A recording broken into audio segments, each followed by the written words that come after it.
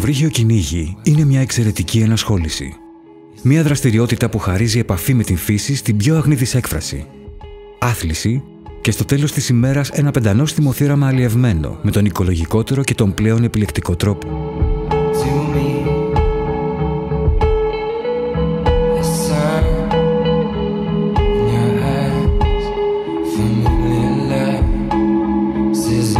Το υποβρύχιο κυνήγι, εκτός από απλό χόμπι, αποτελεί στην πιο εξελιγμένη του μορφή άθλημα υψηλών απαιτήσεων, με επίσημες εθνικές αλλά και διεθνείς αγωνιστικές διοργανώσεις.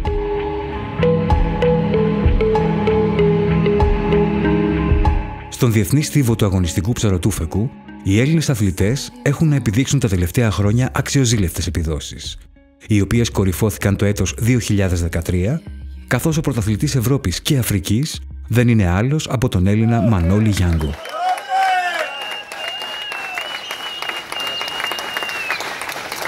Για να φτάσουμε όμως στο σημείο να καμαρώσουμε επιτέλους έναν Έλληνα στην υψηλότερη θέση του βάθρου μιας διεθνούς αγωνιστικής διοργάνωσης, έπρεπε να περιμένουμε πολλά χρόνια, σχεδόν 6 ολόκληρες δεκαετίες.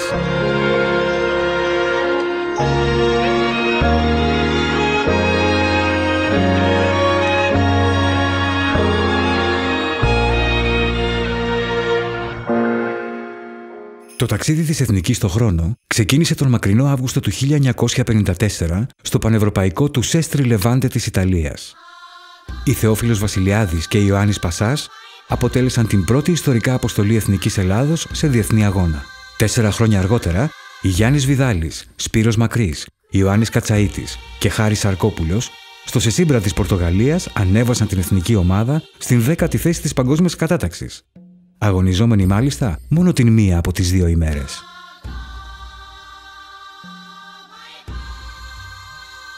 Την επόμενη χρονιά στη Μάλτα, οι ίδιοι αθλητές, με πρωταγωνιστή τον θρύλο Βιδάλη, κατέταξαν το αντιπροσωπευτικό μας συγκρότημα στην 7η θέση παγκοσμίως.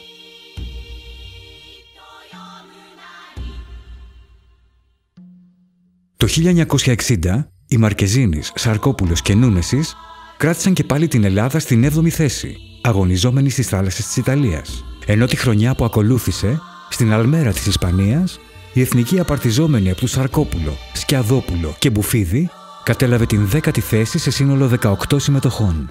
Το έτος 1962, οι Γιώργος Σκιαδόπουλος, Σπύρος Μακρύς και Γιώργος Σαρής που διακρίνεται στη μέση, συμμετέχουν στο πρώτο Ευρωαφρικανικό πρωτάθλημα στα νησιά Τρέμητη της Ιταλίας, όπως επίσης και στο κύπελο Ούστικα στη Σικελία, όπου κατέκτησαν την 3η θέση. Είχαμε την τιμή να συναντήσουμε τον κύριο Γιώργο Σαρή, 98 ετών, στο σπίτι του, όπου και μοιράστηκε μαζί μας ορισμένες από τις αναμνήσεις του. Στο εξωτερικό συμμετείχα σε 2 αγωνίσματα, σε 2 αγώνες, στο ευρωπαϊκό και στο πανευρωπαϊκό. Δηλαδή, έλαβα μέρος στην Ιταλία σε 2 σημεία. Στο Κάπρι και στο Μπρίντερι σε ένα άλλο νησί. Μαζί βέβαια με 2 άλλους Κερκυραίους. Ήμουν ευχαριστημένος γιατί έλαβα μέρος σε αγώνες μεγάλους που δεν ήταν ελληνικά, να πούμε, που ήταν μεγάλη τιμή για τον αθλητή να λάβει μέρος σε αγώνες μεγάλους. Και έτσι είχα λάβει τις 2 αγώνες στο Κάπρι και στους άλλους πιο πάνω από το Μπρίντερι. 2 αγωνίσματα. Και λέμε τώρα πότε θα ψαρέψουμε, γιατί ήταν πρωί. Λέει θα κάνετε μια αναγνώριση. Και ετοιμαζόμαστε να κάνουμε μια αναγνώριση του βυθού, τα ψάρια.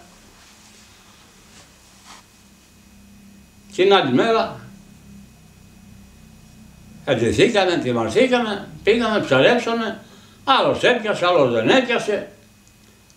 Δεν είχε ψάρια όπως έχουμε εμείς εδώ. Ήταν σπαραδικά τα ψάρια. Τέλος πάντων. Εκείνο εκεί, ό,τι ήτανε. Μας ακολουθούσε όμως ένα βαπόρι, με το βαπόρι που μας πήγαινε στο νησάκι αυτό, ένα τεράστιο βαπόρι.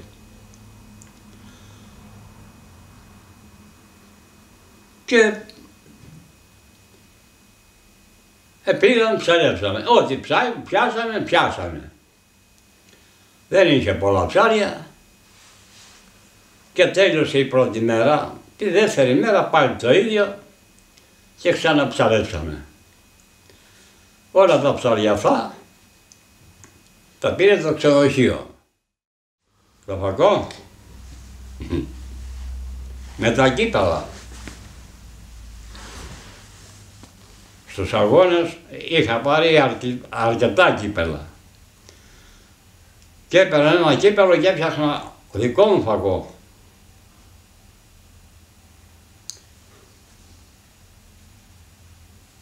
Έτσι είναι. Γι' αυτό. Και εδώ δεν έχω κύπελο κανένα. Γιατί τα κατάστραφα εκεί στους φακούς. Στην αρχή ψαρεύαμε με ελαττήρια. Αλλά μετά βγήκαν τα λάστιχα, ήταν πιο δυνατά, πιο όμορφα, και ψαρεύαμε με λάστιχα. Μετά από τα λάστιχα βγήκαν του αέρα, με πεπυρισμένο αέρα και πολλά αυτά. Και το πρώτο ψαροντούφεκο που βγήκε στην Ελλάδα, το φτιάξα εγώ. Το πρώτο ψαροντούφεκο που βγήκε στην Ελλάδα, το φτιάξα εγώ. Πώς? Ένας δικηγόρος είχε πάει φίλος, είχε πάει στη Γαλλία και είχε γνωριμίες με ψαράδες. Και βρήκε από ένα φίλο του εκεί που είχε ένα χαλασμένο ψαροντούφεκο με ελαττήρια. Ήταν αρχές τότε. Του λέει, τι πράγμα είναι αυτό? Λέει, ψαροντούφεκο, ψαρεύουν λες θάλασσα με το ψαροντούφεκο. Αλλά το ψαροντούφεκο αυτό ήταν χαλασμένο. Είχε χαλάσει το ελαττήριο. Και του λέει, δεν μου το δίνεις. Να το δείξω στην Ελλάδα. Και του έδωσε το ψαροντούφεκο αυτό. Και ήρθε εδώ και έρχεται στο σπίτι και μου λέει, βρε Γιώργη, αυτό και αυτό. Είχα πάει στη Γαλλία και μου έδωσαν αυτό το πράγμα και μου λένε ότι είναι, λέει, ντουφέκι για τη θάλασσα, για ψάρεμα. Αλλά είναι χαλασμένο. Μπορούμε να το φτιάξουμε. Πώς να το φτιάξουμε? Παίρνω εγώ το ψαροντούφεκο αυτό, το καθάρισα, το ελαττήριο ήταν χαλασμένο, έπιασα και έφτιαξα ελαττήριο εγώ αποκλειστικά, γιατί είμαι και τη δουλειά να πούμε αυτής, με τα σίδερα να κατεβόμουν και έφτιαξα το ψαροντούφεκο αυτό και από εκεί άρχισα και έβγαλα ψαροντούφεκα δικά μου, από το 55 εκεί ύστερα. Και έφτιαξα ψαροντούφεκα δικά μου και τρίνες δικές μου. Το 1963 στο κύπελο Ούστικα, η Εθνική κατακτά και πάλι την τρίτη θέση με τους Μακρύ και Σκιαδόπουλο να πλασάρονται εντός δεκάδας, τερματίζοντας 7ος και 9ος αντίστοιχα. Ακολουθεί μια μέτρια εμφάνιση και πάλι στο κύπελο Ούστικα του 1965, ενώ εν συνεχεία, την διετία 1967 και 1968, η εθνική μας ομάδα τερματίζει στην 4η θέση για 2 διαδοχικές χρονιές στο Ευρωπαϊκό Κύπελλο Εθνών, που διεξήχθη και τις 2 φορές στο Μάλιν Λόζιν της σημερινής Κροατίας. Το 1969 το παγκόσμιο πρωτάθλημα λαμβάνει χώρα στις Αιωλίδες νήσους της Σικελίας. Εκεί ο σπουδαίος Τάκης Τάγκουρας τερματίζει 13ος στην τελική κατάταξη, οθώντας την εθνική μας στην 12η θέση, σε σύνολο 30 συμμετοχών, με μία μόνο μάλιστα μέρα αγώνα. Εποχές θρύλων. Το 1970 η γαλανόλευκη υψώνεται στο Διεθνές Κύπελλο του Πλίμουθ της Αγγλίας, ενώ 7 χρόνια αργότερα οι Βουλμές, Ξινιδάκης και Ιωαννίδης εκπροσωπούν το ελληνικό ψαρωτούφεκο στο κύπελλο Αργυρός Αμφορέας στο Μπουργκάς της Βουλγαρίας. Χρειάστηκε να μεσολαβήσουν ακόμα 7 χρόνια για να πραγματοποιηθεί ξανά αποστολή της Εθνικής. Αυτή τη φορά στο Ευρωπαϊκό Κύπελλο στο ΣΕΤ της Γαλλίας. Και μπορεί ο αγώνας εκεί τελικά να ματαιώθηκε λόγω κακοκαιρίας, αλλά η συγκεκριμένη Εθνική είχε κάτι το ξεχωριστό.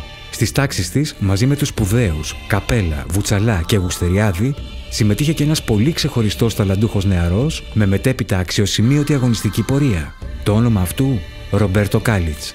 Ευχαριστώ που με συμπεριλαμβάνετε σε αυτό το ντοκιμαντέρ. Η άποψή μου για το αγωνιστικό υποβρύχιο ψάρεμα έχει αλλάξει βέβαια. Δεν πιστεύω αυτά που πίστευα κάποτε. Συμμετείχα από το 83 μέχρι το 92 σε όλες τις αποστολές της εθνικής ομάδας που γίνανε.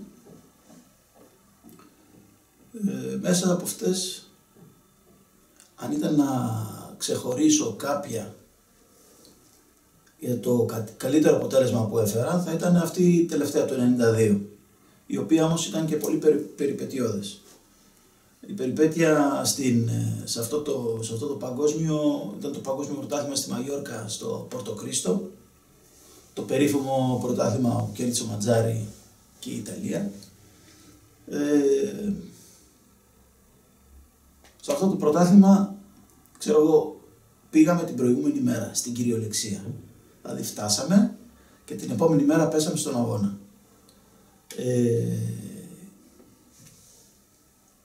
Η εθνική ομάδα αυτού του παγκοσμίου πρωταθλήματος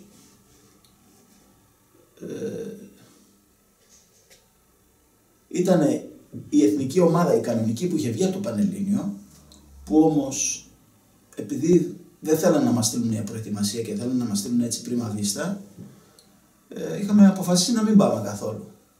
Και στο τσάκ είχαν βγάλει δεύτερη εθνική ομάδα, αυτούς που ερχόντουσαν μετά. Και φυσικά δεν το αφήσαμε να γίνει έτσι και πήγαμε τελικά εμείς ήδη, η ίδια εθνική ομάδα. Ήταν ο Θοδωρής, ο Βουρακίδης, ο Κουκούλας, ο Κούρτογλου, αυτοί ήταν, ο Κούλης. Σε αυτόν τον αγώνα είχα φέρει την πρώτη μέρα τη 10η θέση.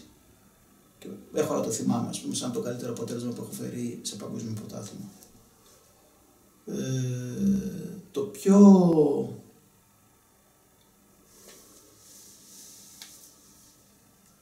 Από τις πιο ωραίες εμπειρίες, από τις πιο ωραίες αναμνήσεις που έχω είναι τα κύπελλα Ευρώπης που γινόντουσαν στη Βουλγαρία, όπου 2 φορές έφερα τρίτη θέση στο ατομικό. Από εκεί πέρα, εντάξει, και όλα τα άλλα, δηλαδή αυτό που μου μένει ουσιαστικά είναι ότι δεν μπορέσαμε εκείνη την εποχή τουλάχιστον, να αποφέρουμε αυτά που μπορούσαμε να αποφέρουμε. Κάτι το οποίο σήμερα φυσικά έχει καταρριφθεί. Ας είναι καλό Καμπάνης που δημιούργησε το σύνδεσμο, ο σύνδεσμος ο οποίος κυνηγάει εδώ και πόσα χρόνια, τα τελευταία ας πούμε 10 χρόνια, κάπου εκεί τόσο μου φαίνεται, κυνηγάει τα θέματα και είδαμε πραγματικά αποτελέσματα φανταστικά. Δηλαδή αυτή τη στιγμή έχουμε δύο άτομα στο προσκήνιο, ο ένας είναι ο Γιάννης ο Σιδέρης και ο άλλος είναι ο Μανώλης ο Γιάγκος, οι οποίοι απέδειξαν ότι αυτή τη στιγμή είναι πιθανόν οι δυνατότεροι παγκοσμίως στους ψαροτουφεκάδες ή τουλάχιστον από τους δυνατότερους που υπάρχουν. Τουλάχιστον να έχουν τη δυνατότητα να αντιμετωπίσουν επίσης όρις τους αντιπάλους τους. Θα ήθελα την εποχή που έφτασα το πικ μου, που μπορώ να πω ότι δεν ήταν την εποχή που αγωνιζόμουν, ήταν πολύ αργότερα. Δηλαδή το πικ μου όσον αφορά τις καταδυτικές μου ικανότητες, το οποίο ήταν από τα 35 μου μέχρι τα 45 μου και εντάξει. Θα ήθελα εκείνη την εποχή να συμμετείχα ή να είχα αυτές τις δυνάμεις και αυτές τις δυνατότητες νωρίτερα, την εποχή που ασχολούμουν αγωνιστικά.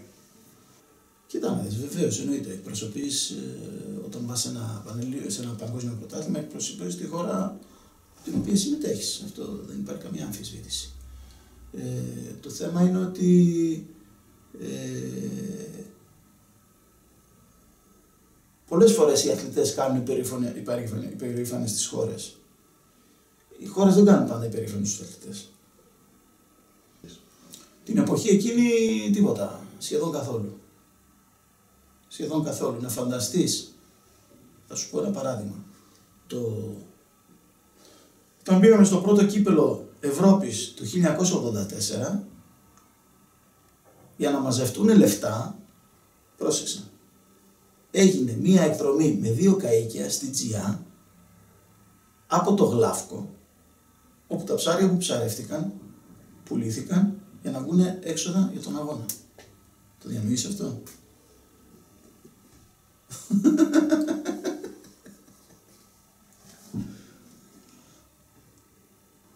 Λοιπόν,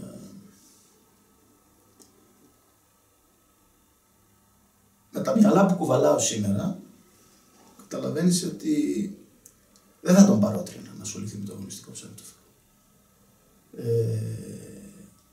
Φυσικά, για να φτάσω σε αυτό το συμπέρασμα, πέρασα από όλη αυτή τη διαδικασία. Και με τα σημερινά μου πιστεύω ότι ναι, εμένα μου προσφέρει κάτι αυτό το πράγμα. Μου προσφέρει στη δουλειά μου σημαντικό το να υπάρχει υποβρύχιο ψάρεμα, το να υπάρχουν εντάλματα. Βοηθάει τη δουλειά μας πάρα πολύ. Αλλά από εκεί και πέρα θα τον παρότρινα στην ελεύθερη κατάδυση, θα έλεγα. Αν θέλει να αγωνιστεί, αν θέλει να κάνει κάτι. Δεν πιστεύω πλέον σήμερα στο ότι δεν το θεωρώ για μένα. Έτσι είναι η δική μου άποψη και προς Θεού δεν κατηγορώ ούτε κρίνω κανέναν όταν το κάνει. Αλλά δεν θεωρώ συγκομιδή βαθμολογίας αφαιρώντας ζωές. Δεν είναι κάτι το οποίο με εκφράζει πλέον. Φυσικά τα παρακολουθώ, τα βλέπω, αλλά αν κουβάλαγα αυτά τα μυαλά που κουβαλάω σήμερα, όταν ήμουν 20-25 χρονών, δεν θα συμμετείχα ούτε σε έναν αγώνα. Ναι, το επίπεδο έχει ανέβει πάρα πολύ. Ξεχωρίζω όμως αυτούς τους 2 ανθρώπους, γιατί οι ικανότητές τους δεν έχουν να κάνουν μόνο με τη φυσική τους δύναμη και την ικανότητα να βουτάνε πάρα πολύ βαθιά, και οι 2 απέδειξαν ότι το χρησιμοποιούν αυτό που έχουν εδώ μέσα. Έτσι. Και οι αγώνες δεν κερδίζονται ούτε με πνευμόνια ούτε με δυνάμεις. Κερδίζονται εδώ, με αυτό. Οι αγώνες υποβρυχίου ψαρέματος, έτσι. Και γενικά στον αθλητισμό ισχύει αυτό, δεν ισχύει μόνο εκεί. Απλά εδώ υπάρχει και το θέμα του ψαρέματος. Πιστεύω θα υπάρξουν, ναι, θα υπάρξουν. Υπάρχουν και κομίτες φυσικά. Πάντα υπήρχαν οι κομίτες. Από την άλλη είναι αποθαρρυντικό αυτό που συμβαίνει και βλέπουμε στο Πανελλήνιο Πρωτάθλημα λίγες συμμετοχές. Δεν ξέρω, δηλαδή κάπου δεν ξέρω. Θέλω να είμαι αισιόδοξος, αλλά ίσως το μέλλον να μην είναι πάρα πολύ μακρύ για το αγωνιστικό υποβρύχιο ψάρεμα. Ίσως και το υποβρύχιο ψάρεμα, έτσι όπως είναι. Πάντα είχα αυτή την αμφιβολία για το πόσο θα συνεχίσει, αν θα είναι επαόριστον αυτό το πράγμα, θα υπάρξει πάντα. Τα παιδιά μας, τα εγγόνια μας, και ξέρω εγώ ότι θα συνεχίσουν, τα δυσέγγονά μας θα συνεχίσουν να ψαρεύουν υποβρυχίως και θα υπάρχουν και αγώνες υποβρυχίου ψαρέματος. Δεν το ξέρω αυτό. Δεν είμαι πολύ αισιόδοξος γι' αυτό. 2 χρόνια μετά το παγκόσμιο του 1992, η εθνική μας ομάδα μετήχε και πάλι σε παγκόσμιο πρωτάθλημα. Αυτή τη φορά στο Περού, στελεχωμένη από τους πρωταθλητές του ναυτικού ομίλου Λίμνου, Ανδρώνικο Βαρτιβανιάν και Μανώλη Περιστέρη. Με την εθνική ομάδα κατόρθωσα να πάω μόνο 2 φορές, ενώ είχα το δικαίωμα συμμετοχή σε περισσότερες, το 1994 στο Περού, στο παγκόσμιο πρωτάθλημα, και το 2008 πάλι στο παγκόσμιο πρωτάθλημα στη Βενεζουέλα, όπου εκεί είχα την τύχη να είμαι μέλος της εθνικής ομάδας που ευτύχησε να δει αθλητή της, το Γιάννη το Σιδέρη συγκεκριμένα, στο πιο ψηλό βάθρο, στη δεύτερη θέση. Ναι, στο Περού όταν πήγαμε το 1994, πήγαμε άγνωστοι μεταξύ αγνώστων και είχαμε να αντιμετωπίσουμε και να επιλύσουμε πολλούς άγνωστους χ όσον αφορά το που θα πάμε, που θα μείνουμε, που θα βρούμε βάρκες, τι περιβάλλον είναι αυτό υποθαλάσσιο, τι ψάρια έχει, τι είναι έγκυρα, τι άκυρα, τι θερμοκρασίες, δηλαδή τα πάντα ήταν άγνωστα για μας. Και αυτό γιατί δεν εδίνε τότε η δυνατότητα στους αθλητές της εθνικής ομάδας να μπορούν να κάνουν μια πιο σωστή προετοιμασία πριν τον αγώνα για να μπορέσουν να έχουν μια επίγνωση της κατάστασης. Αυτό συνέβαινε βέβαια γιατί δεν υπήρχε οικονομική ενίσχυση και μέριμνα από την πολιτεία και από την Ομοσπονδία. Είναι σημαντικό να καταθέσω ότι στον αγώνα αυτό, στο Παγκόσμιο Πρωτάθλημα, πήγαμε με έξοδα του Ναυτικού Ομίλου Λίμνου που έκανε έρανο στο νησί για να μπορέσει να μαζέψει αυτά τα χρήματα που απαιτούνται και έστειλε την εθνική ομάδα μας τόσο μακριά στον Ειρηνικό για να σηκωθεί η γαλανόλευκη σε αυτό το Παγκόσμιο Πρωτάθλημα. Αυτό στάθηκε και η αφορμή, δηλαδή όλα αυτά τα προβλήματα τα οποία αντιμετωπίζαμε εμείς τότε οι αθλητές της εθνικής ομάδος, στάθηκε και η αφορμή κάποια στιγμή να πάρουμε τη μεγάλη απόφαση και να πάρουμε την τύχη της εθνικής ομάδας στα χέρια μας, δημιουργώντας τον Πανελλήνιο Σύλλογο Αθλητών Υποβρυχίου Κυνηγιού, το ΠΖΑΕΚ, όπου σήμερα βλέπουμε το πόσο καταλυτική ήταν η παρουσία του και οι ενέργειές του για τις μετέπειτα αποστολές της εθνικής ομάδας στο υποβρύχιο ψάρεμα. Φτάσαμε στο σημείο σήμερα να μετράμε νίκες, να μετράμε διακρίσεις και μάλιστα τελευταία την πρώτη θέση σε πανευρωπαϊκό επίπεδο, που είναι πολύ σημαντικό και νομίζω ότι δίνει ανοίγει την αυλαία για μια νέα εποχή για το υποβρύχιο ψάρεμα της χώρας μας. Σαφέστατα, για εμάς τους Έλληνες είναι το τρίπτυχο πατρίδα, θρησκεία, οικογένεια και σαφέστατα όταν καλείσαι να υπηρετήσεις στην εθνική ομάδα, γιατί για υπηρεσία πρόκειται, το βάρος και η ευθύνη είναι πάρα πολύ μεγάλη, τουλάχιστον έτσι το αντιλαμβάνομαι εγώ, και η τιμή έτσι ανυπέρβλητη. Προσπαθείς να δώσεις τον καλύτερό σου εαυτό, προσπαθείς να είσαι υπόδειγμα στις υποχρεώσεις και στις παρουσίες της εθνικής ομάδας και για μένα πρέπει αυτό να γίνεται συλλογικά. Νομίζω ότι το κατορθώσαμε το 2008, να δουλέψουμε πάρα πολύ συλλογικά, να δουλέψουμε με ευθύνη και πιστεύω ότι το ίδιο θα συνεχίσει να γίνεται και στις επόμενες αποστολές. Το αγωνιστικό υποβρύχιο κυνήγι ήταν και δεν ξέρω αν παραμένει και στο στόχαστρο των περισσότερων ψαροκυνηγών, αδίκως, ενώ αυτό είναι που έπαιξε καταλυτικό ρόλο για την γνώση και την εμπειρία που αυτή τη στιγμή κυκλοφορεί στο χώρο μας και που άπλετα δίνεται δωρεάν στους περισσότερους που θέλουν να ασχοληθούν. Με το υποβρύχιο κυνήγι μεταδόθηκε η γνώση και η εμπειρία από άτομα τα οποία ήταν ιδιαίτερα ψαγμένα στο χώρο του ψαροτούφεκου και με την δημοσιότητα που έπαιρνε ένας αγώνας, αυτή η εμπειρία και αυτή η γνώση μεταφέρεται μέσα από τα περιοδικά, μέσα από τις ταινίες, μέσα από την επικοινωνία και στον υπόλοιπο κόσμο.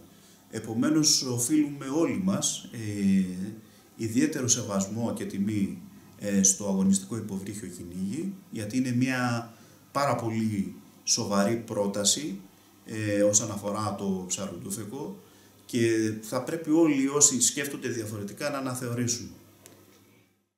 4 χρόνια μετά τον αγώνα του Περού, στο Παγκόσμιο του 1998 στο Ζαντάρ της Κροατίας, οι Τσέντας, Πίκουλας και Χρήστης κατέκτησαν την 7η θέση στο ομαδικό ανάμεσα σε 19 συμμετοχές. Το 1999 στην Εθνική μετέχει ο πρωταθλητής Ελλάδος Γιώργος Ιωάννου. Ναι, με τα χρώματα της Εθνικής συμμετείχα στο Πανευρωπαϊκό Πρωτάθλημα στην Ισπανία, στην Μινόρκα, το 1999. Και μετά το 2000 συμμετείχα στο Παγκόσμιο Πρωτάθλημα στην Ταϊτή, στην Πολυνησία. Η σημαντικότερη διοργάνωση σαφώς είναι το Παγκόσμιο Πρωτάθλημα. Ο λόγος είναι ότι σίγουρα εκεί πέρα έχεις να αναμετρηθείς εντός εισαγωγικών με όλη την παγκόσμια πρώτη κλάση των αθλητών ψαροτούφεκου και αυτό το πράγμα το κάνει ανταγωνιστικό και με μεγαλύτερο ενδιαφέρον. Σημαντικότερη ανάμνηση από τον αγώνα του Παγκοσμίου Πρωταθλήματος της Ταϊτής θα μπορούσα να πω ότι από τον αγώνα ήταν το ότι είχαμε να κινηθούμε σε ένα περιβάλλον που δεν το γνωρίζαμε, με τελείως διαφορετικά ψάρια, με έναν βυθό καταπληκτικό που δεν είχαμε ξανασυναντήσει και οι τρεις που συμμετείχαμε. Ήταν δηλαδή μία έκπληξη για μας. Η τεράστια ποικιλία των ψαριών, εκ των οποίων βέβαια μετρούσαν πολύ συγκεκριμένα είδη και εκεί πέρα μπερδευόμασταν και λίγο. Αυτό μου έκανε τη μεγάλη εντύπωση. Το περιβάλλον, ο τόπος και το περιβάλλον και το υποβρύχιο εννοείται, έτσι, όχι μόνο το περιβάλλον, το εκτός βέβαια. Ιερόχρεος δεν ξέρω κατά πόσο ο καθένας μπορεί να το αισθανθεί αυτό. Υπάρχει σίγουρα. Θα πρέπει να είσαι λίγο ανέστητος, θα έλεγα, για να μην νιώσεις κάτι τέτοιο ή πολύ εγωιστής, ότι πας για τον εαυτό σου.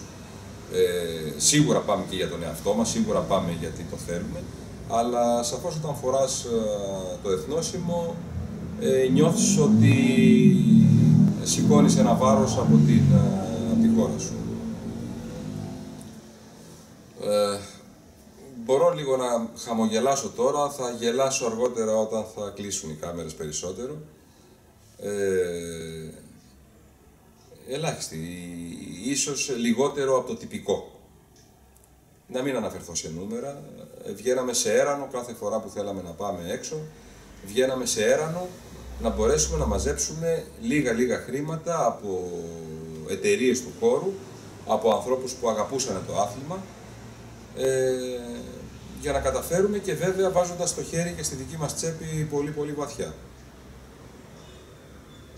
Πρότεινα είναι μια, πώς να το πω, είναι ένα άθλημα καταρχάς πάρα πολύ δυνατό, ένα άθλημα που σου δίνει τεράστια συγκίνηση. Και το εφαγωνίζεστε νομίζω ότι δίνει συγκίνηση και υπερηφάνεια στο κάθε ένα. Οπότε η αγωνιστική πτυχή του ψαροντούφεκου είναι κάτι που εμένα προσωπικά με βρίσκει απόλυτα σύμφωνο, μου ταιριάζει και θα το πρότεινα φύλακτα και στους πιο νέους που θέλουν να ασχοληθούν με αυτό, ότι θα είναι κάτι, θα είναι ένα γεγονός στη ζωή τους, το οποίο θα το θυμούνται με πολύ καλές αναμνήσεις αργότερα. Μαζί με τον Γιώργο Ιωάννου και τον Δημήτρη Τσέντα, στη Μινόρκα της Ισπανίας αγωνίστηκε και ο Νίκος Καμπάνης. Και αυτή ακριβώς η συμμετοχή έμελε να είναι καθοριστική για το μετέπειτα μέλλον της εθνικής ομάδας. Ο δραστήριος δικηγόρος και παθιασμένος ψαροκυνηγός, έχοντας βιώσει την εμπειρία του πανευρωπαϊκού, επέστρεψε με ένα όραμα. Οι εθνικές αποστολές στο εξής, να συμμετέχουν με τις καλύτερες δυνατές προϋποθέσεις στους διεθνείς αγώνες, ώστε κάποια στιγμή να νιώσουμε τη χαρά της διάκρισης. Και δεν έπαψε από τότε ποτέ να εργάζεται αφιλοκερδώς προς αυτή την κατεύθυνση. Εγώ σαν αθλητής της Εθνικής έλαβα μέρος στο Πανευρωπαϊκό του 1999 και στο Παγκόσμιο του 2008 στη Βενεζουέλα. Μαζί με τον Γιάννη Σιδέρη και τον Μανώλη Περιστέρη. Αυτοί ήταν και οι μοναδικοί αγώνες που έλαβα εγώ μέρος σαν αθλητής. Για μένα πολύ σημαντικότερος ήταν ο πρώτος, γιατί ήταν ένα όνειρο παιδικό που έγινε πραγματικότητα και πάντα βέβαια τα όνειρα πολύ διαφορετικά από την πραγματικότητα, σε προσγειώνουν ή σε απογειώνουν. Για μένα ήταν αποκάλυψη το συγκεκριμένο πρωτάθλημα. Είδα από κοντά πράγματα που διαβάζαμε στα περιοδικά από πιτσιρίκια. Είχα μεγάλη εύνοια της τύχης, γιατί δεν πήγανε στην αποστολή δύο αθλητές που προηγούνται τότε με το σύστημα που είχαμε. Εγώ ήμουν πέμπτος στο πρωτάθλημα και βρέθηκα εκεί. Και είναι πράγματα που σε απογοητεύουν και σε κάνουν να αλλάξεις κατεύθυνση και πράγματα που σου δίνουν κίνητρα για να συνεχίσεις. Εγώ από εκεί πήρα κίνητρο να προσπαθήσω να βάλω την Ελλάδα στο χάρτη του Διεθνούς Αγωνιστικού Ψαροντούφεκου. Όχι ότι δεν ήμασταν, πάντα ήμασταν στο χάρτη, αλλά ρε παιδί μου, να διεκδικήσουμε έτσι με περισσότερες αξιώσεις κάποια πράγματα που θεωρούσα ότι μας ανήκαν. Γιατί μέχρι τότε το πράγμα πήγαινε εντελώς ερασιτεχνικά και με την κατραπακιά που μας περίμενε όλους εκεί, τους αθλητές που πήγαμε, ήταν λογικό να μην μπορούμε να διακριθούμε ή να δείξουμε αυτά που μπορούσαμε. Είπα τότε ότι είναι κάτι που είναι πάρα πολύ ωραίο, είναι μια ιστορία που αξίζει να την κυνηγήσεις, ότι για μένα σίγουρα δεν ήταν κάτι που ήταν μέσα στις δυνατότητές μου, αλλά ότι πάση θεωρούσα ότι υπήρχαν οι άνθρωποι στον χώρο εδώ για να μπορέσουμε να κάνουμε κάτι. Και ενώ παρατήρησα και στη συνέχεια ότι πολλοί πήγαιναν εκεί, διαπίστωναν είτε την ανεπάρκεια, την αθλητική, της φυσικής κατάστασης, είτε της υποδομής και εγκατέλειπαν, εμένα κάθε φορά που τα πράγματα πηγαίναν άσχημα, θεωρούσα ότι έπρεπε να προσπαθήσω περισσότερο. Και βλέπεις, άλλοι τα παρατάνε, άλλοι παθιάζονται και συνεχίζουν. Εγώ ήμουν ένας από αυτούς και νομίζω ότι τελικώς τα πράγματα έχουν μπει σε μια σειρά και αξίζει πλέον να λέμε ότι είμαστε μέσα σε αυτό που λέγεται Διεθνές Αγωνιστικό Ψαροντούφεκο σαν χώρα και το μέλλον μας θα είναι μάλλον ανάμεσα σε κάποιες σχολές ή δυνάμεις του ψαροντούφεκου που θεωρούνται καταξιωμένες. Το εθνόσημο έχει πάντα βάρος. Δηλαδή, όποιος και να λέει ότι το εθνόσημο δεν έχει βάρος, δεν ξέρει τι λέει. Δεν υπάρχει θέμα. Απλώς επειδή και στις μέρες μας το θέμα του εθνοσύμου και του εθνικισμού είναι λίγο λεπτό, εγώ δεν θα ήθελα να το θίξω. Το θεωρώ αυτονόητο ότι το εθνόσημο έχει βάρος. Απλώς, απ' την άλλη δεν θα πω και για ιερούς σκοπούς. Εδώ είναι αθλητισμός. Ο αθλητισμός είναι θεσμός που αξίζει από 10.000 πλευρές. Είναι αρχαίος θεσμός. Εμάς τους Έλληνες πρέπει να μας ευαισθητοποιεί ιδιαίτερα. Είναι ζήτημα παιδείας, είναι ζήτημα σωματικής αγωγής, είναι και ζήτημα όμως ψυχαγωγίας. Είναι ένα παιχνίδι τώρα το αγωνιστικό ψαροντούφεκο. Χαιρόμαστε να εκπροσωπούμε την Ελλάδα, αλλά από εκεί και πέρα, εντάξει, ούτε επανάσταση κάνουμε, ούτε πολεμάμε για τη χώρα. Έτσι. Επομένως, έχει μια πολύ μεγάλη σημασία το γεγονός ότι εκπροσωπούμε ένα έθνος ολόκληρο, αλλά εντάξει, ούτε την πόλη χάνουμε κάθε φορά που δεν πάμε καλά, ούτε την πόλη κερδίζουμε αν τέλος πάντων τα καταφέρουμε. Συνεπώς, είναι σημαντικό να εκπροσωπείς μια ολόκληρη χώρα, αλλά δεν είναι ούτε πόλεμος, ούτε προσωπική αποκατάσταση, ούτε προσωπική καταξίωση. Δεν και καλά. Αν τα πας καλά ή αν δεν πας καλά. Έτσι το βλέπω εγώ τουλάχιστον. Για μένα προσωπικά η συμμετοχή σε όλο αυτό που λέγεται αγωνιστικό ψαροντούφεκο έπαιξε τεράστιο ρόλο. Και όσοι με γνωρίζουν προσωπικά το έχουν παρατηρήσει ότι στη ζωή μου σιγά σιγά πήρε μια μεγάλη θέση η ενασχόληση με όλο αυτό το πράγμα, γιατί εκτός από το αγωνιστικό, το αθλητικό, το χόμπι, έγινε και ανάμειξη στα διοικητικά, προσπάθεια για ανάπτυξή του, επαφή με ένα σωρό ανθρώπους που δεν θα γνώριζα διαφορετικά. Πήρε ένα μεγάλο κομμάτι από το χρόνο μου, είναι γεγονός. Δεν έχω όμως να παραπονεθώ, δηλαδή είναι κάτι που με ευχαριστεί και όσα μου στερεί και αυτά τα θυσίασα, ας πούμε, με πλήρη επίγνωση ότι για να κάνεις κάτι πρέπει να αφήσεις κάτι άλλο. Συνεπώς θεωρώ ότι έχει ένα μεγάλο κομμάτι πλέον στη ζωή μου που μου δίνει όμως, εκτός από ικανοποίηση ηθική, μου δίνει και μια ανταμοιβή κοινωνική, δηλαδή έχω γνωρίσει πάρα πολύ κόσμο, έχω κάνει καλούς φίλους, έχω αποδοχή, αναγνωρισιμότητα από ένα σωρό ανθρώπους. Με χαιρετάνε άνθρωποι στον δρόμο, παίρνω κάποιον τηλέφωνο για συνεργασία και με γνωρίζει από το περιοδικό ή από την ενασχόληση με την ομάδα. Συνεπώς, Ναι, έχει πάρει μια μεγάλη θέση στη ζωή μου και μου έχει προσφέρει αρκετά. Ο Πανελλήνιος Σύνδεσμος Αθλητών Υποβρυχίου Κυνηγείου ιδρύθηκε το έτος 2000 από 20 ψαροτουφεκάδες που είχαν ενασχόληση με το αγωνιστικό και είχε σαν σκοπό να αποτελέσει ένα μέσο πίεσης στην Ομοσπονδία, να ικανοποιήσει κάποια αιτήματα χρόνια των αθλητών, τα οποία η Ομοσπονδία δεν έλαμβανε υπόψη γιατί δεν προέρχονταν από σωματεία μέλη. Τα σωματεία μέλη δεν είχαν τμήματα αγωνιστικού ψαροτούφεκου ενεργά, είχαν κάποια δελτία αθλητών και αυτό ήταν, και οι κανονισμοί αποφασίζονταν από ανθρώπους οι οποίοι δεν είχαν ιδέα από το άθλημα. Στο ΔΣ της Ομοσπονδίας ο πρώτος που μπήκε και ήταν σχετικός, θα έλεγα ότι ήταν ο Ψάβρος ο Παπανδρέας, και ο δεύτερος που μπαίνει στο ΔΣ σχετικός, νομίζω είμαι εγώ, δεν νομίζω ότι προϋπήρξε άλλος άνθρωπος σχετικός με τους κανονισμούς και το αγωνιστικό. Σιγά σιγά, ενώ η Ομοσπονδία στην αρχή δεν ήθελε να συζητάει με αθλητές γιατί τις είχαν δημιουργήσει και προβλήματα στο παρελθόν κάποιοι, σιγά σιγά αναγκάστηκε να μας αναγνωρίσει σαν οντότητα και να συνεργαστεί μαζί μας στο ζήτημα των κανονισμών αρχικά και μόνο. Αργότερα ήρθαν και τα ζητήματα της εθνικής, τα οποία άκουσε τη γνώμη μας, και στο τέλος το πιο σημαντικό που πέτυχε νομίζω ο σύνδεσμος αυτός είναι να αποδεχθεί η Ομοσπονδία το θεσμό των εκλεκτόρων και να έχουμε μια δυνατότητα επιλογής των καλύτερων για κάθε περίσταση, έτσι ώστε να μην δεσμευόμαστε από ένα τυχαίο αποτέλεσμα σε έναν διήμερο αγώνα που είναι όμως, όπως και να το κάνεις, ένας διήμερος αγώνα. Μπορεί να τύχουν διάφοροι, κάποιος να μην μπορέσει να πάει. Συνεπώς, εφόσον έχεις ανθρώπους που γνωρίζουν τους αθλητές, μπορούν να έχει η εθνική ομάδα μια καλύτερη επιλογή και καλύτερη τύχη στο διεθνή αγώνα που πηγαίνει.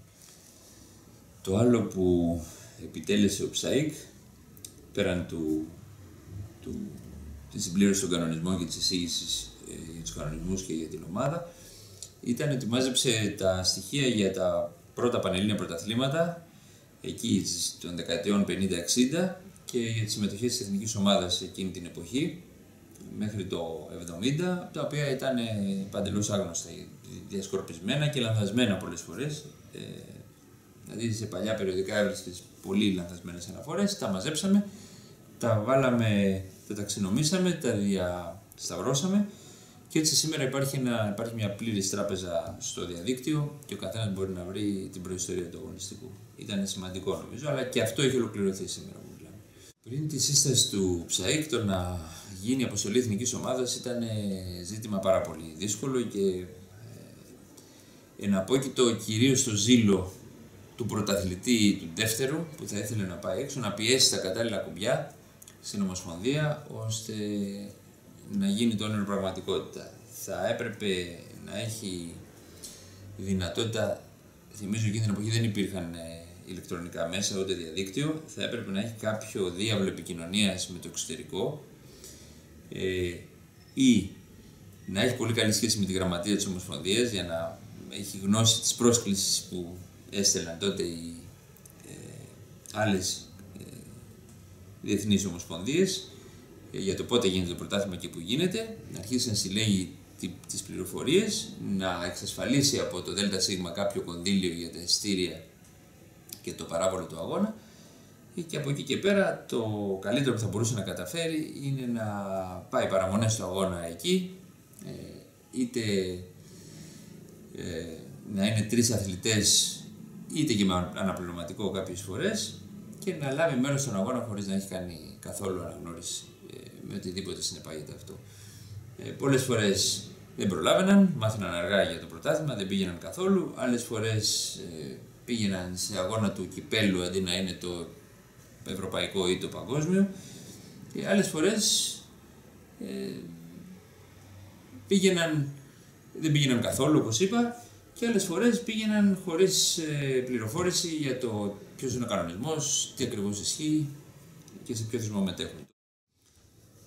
Από τις αποστολές της εθνικής ομάδας πριν την σύσταση του ΨΑΙΚ που και εγώ ανακατεύτηκα ενεργά, δεν έζησα πράγματα και δεν έχω πολλά να πω ή να θυμηθώ. Θυμάμαι σαν αναγνώσεις των περιοδικών τότε τα μετάλλια που είχε πάρει ο Ρομπέρτο Κάλιτς στο κύπελο το ευρωπαϊκό που γινόταν τότε, που ήταν βέβαια υποδέστερος θεσμός.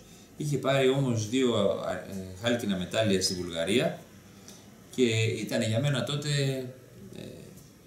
ιδιαίτερα σημαντικό να βλέπω έναν Έλληνα να παίρνει θέση στο βάθρο. Μετά ακολούθησε τελευταία, ας πούμε, την καλύτερη αποστολή που θυμάμαι εγώ από πλευράς θέσεως πριν την ανάμειξή μου, ήταν το 1992 στη Μαγιόρκα. Θυμάμαι στην αποστολή αυτή ότι είχαν πάει αρκετά καλά τα παιδιά, είχαν βγει 7η νομίζω στον κόσμο και ο Κάλιτς είχε φέρει την καλύτερη ατομική θέση που είχαμε ως τότε από Έλληνα αθλητή, ήταν το 10ος. Και μου είχε κάνει πάλι εντύπωση ότι χωρίς αναγνώριση και προετοιμασία υπήρχαν άνθρωποι που μπορούσαν να φέρουν καλές θέσεις σε παγκόσμια πρωταθλήματα μέσα στην έδρα της Ισπανίας κλπ. Και με έτρωγε από μέσα μου. Έτσι και αργότερα, όταν μου παρουσιάστηκε η ευκαιρία, ασχολήθηκα ενεργά να προσπαθήσω να δω τι δυνατότητες πραγματικά υπήρχαν. Από τη δική μου ενασχόληση και μετά, θυμάμαι το 2001 έντονα με τη μεγάλη συναγρίδα του Δημήτρη Τσέντα. Όσοι παρακολουθούν θα το θυμούνται, ήταν μια στιγμή επική για μας. Έτσι, να πιάνει κάποιος αγώνα ψάρι τέτοιο στα 41 μέτρα με καρτέρι ήταν ένα εντυπωσιακό γεγονός και για τους ξένους και για μας. Είχε κάνει εντύπωση τότε και βέβαια είχαμε φέρει για πρώτη φορά στην ιστορία με μια 4η θέση σε ευρωαφρικανικό πρωτάθλημα. Ο Δημήτρης είχε μπει στη δεκάδα, ήταν 9ος νομίζω, και φάνηκε τότε ότι μπορούσαμε να κάνουμε παραπάνω πράγματα.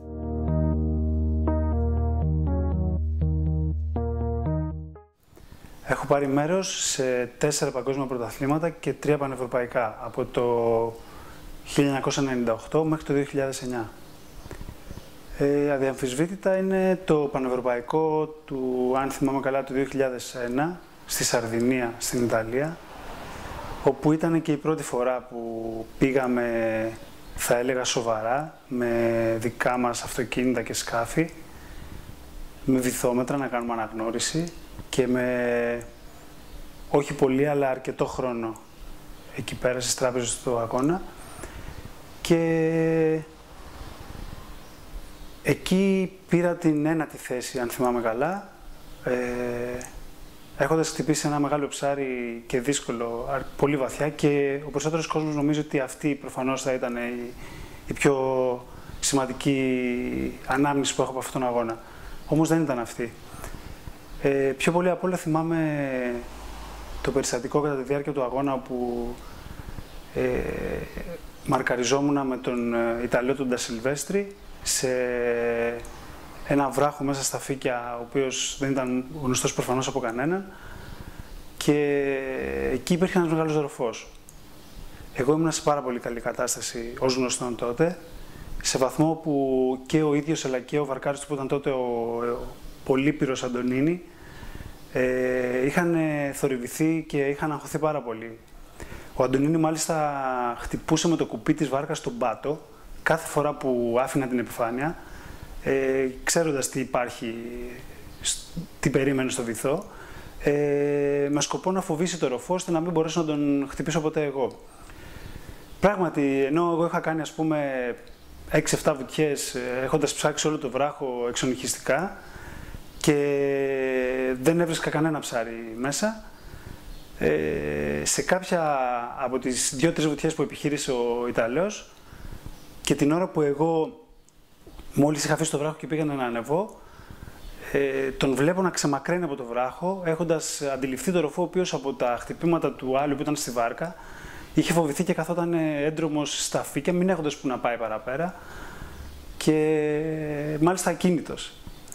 Και μπροστά μου χτύπησε αυτό το ψάρι, το οποίο, εάν ήταν κανονικά τα πράγματα και κατάφερα να το χτυπήσω εγώ πρώτος, ήταν τότε ήδη μία θέση στο βάθρο που θα ήταν και η πρώτη φορά που θα συνέβαινε για εμάς σαν Ελλάδα. Αυτό.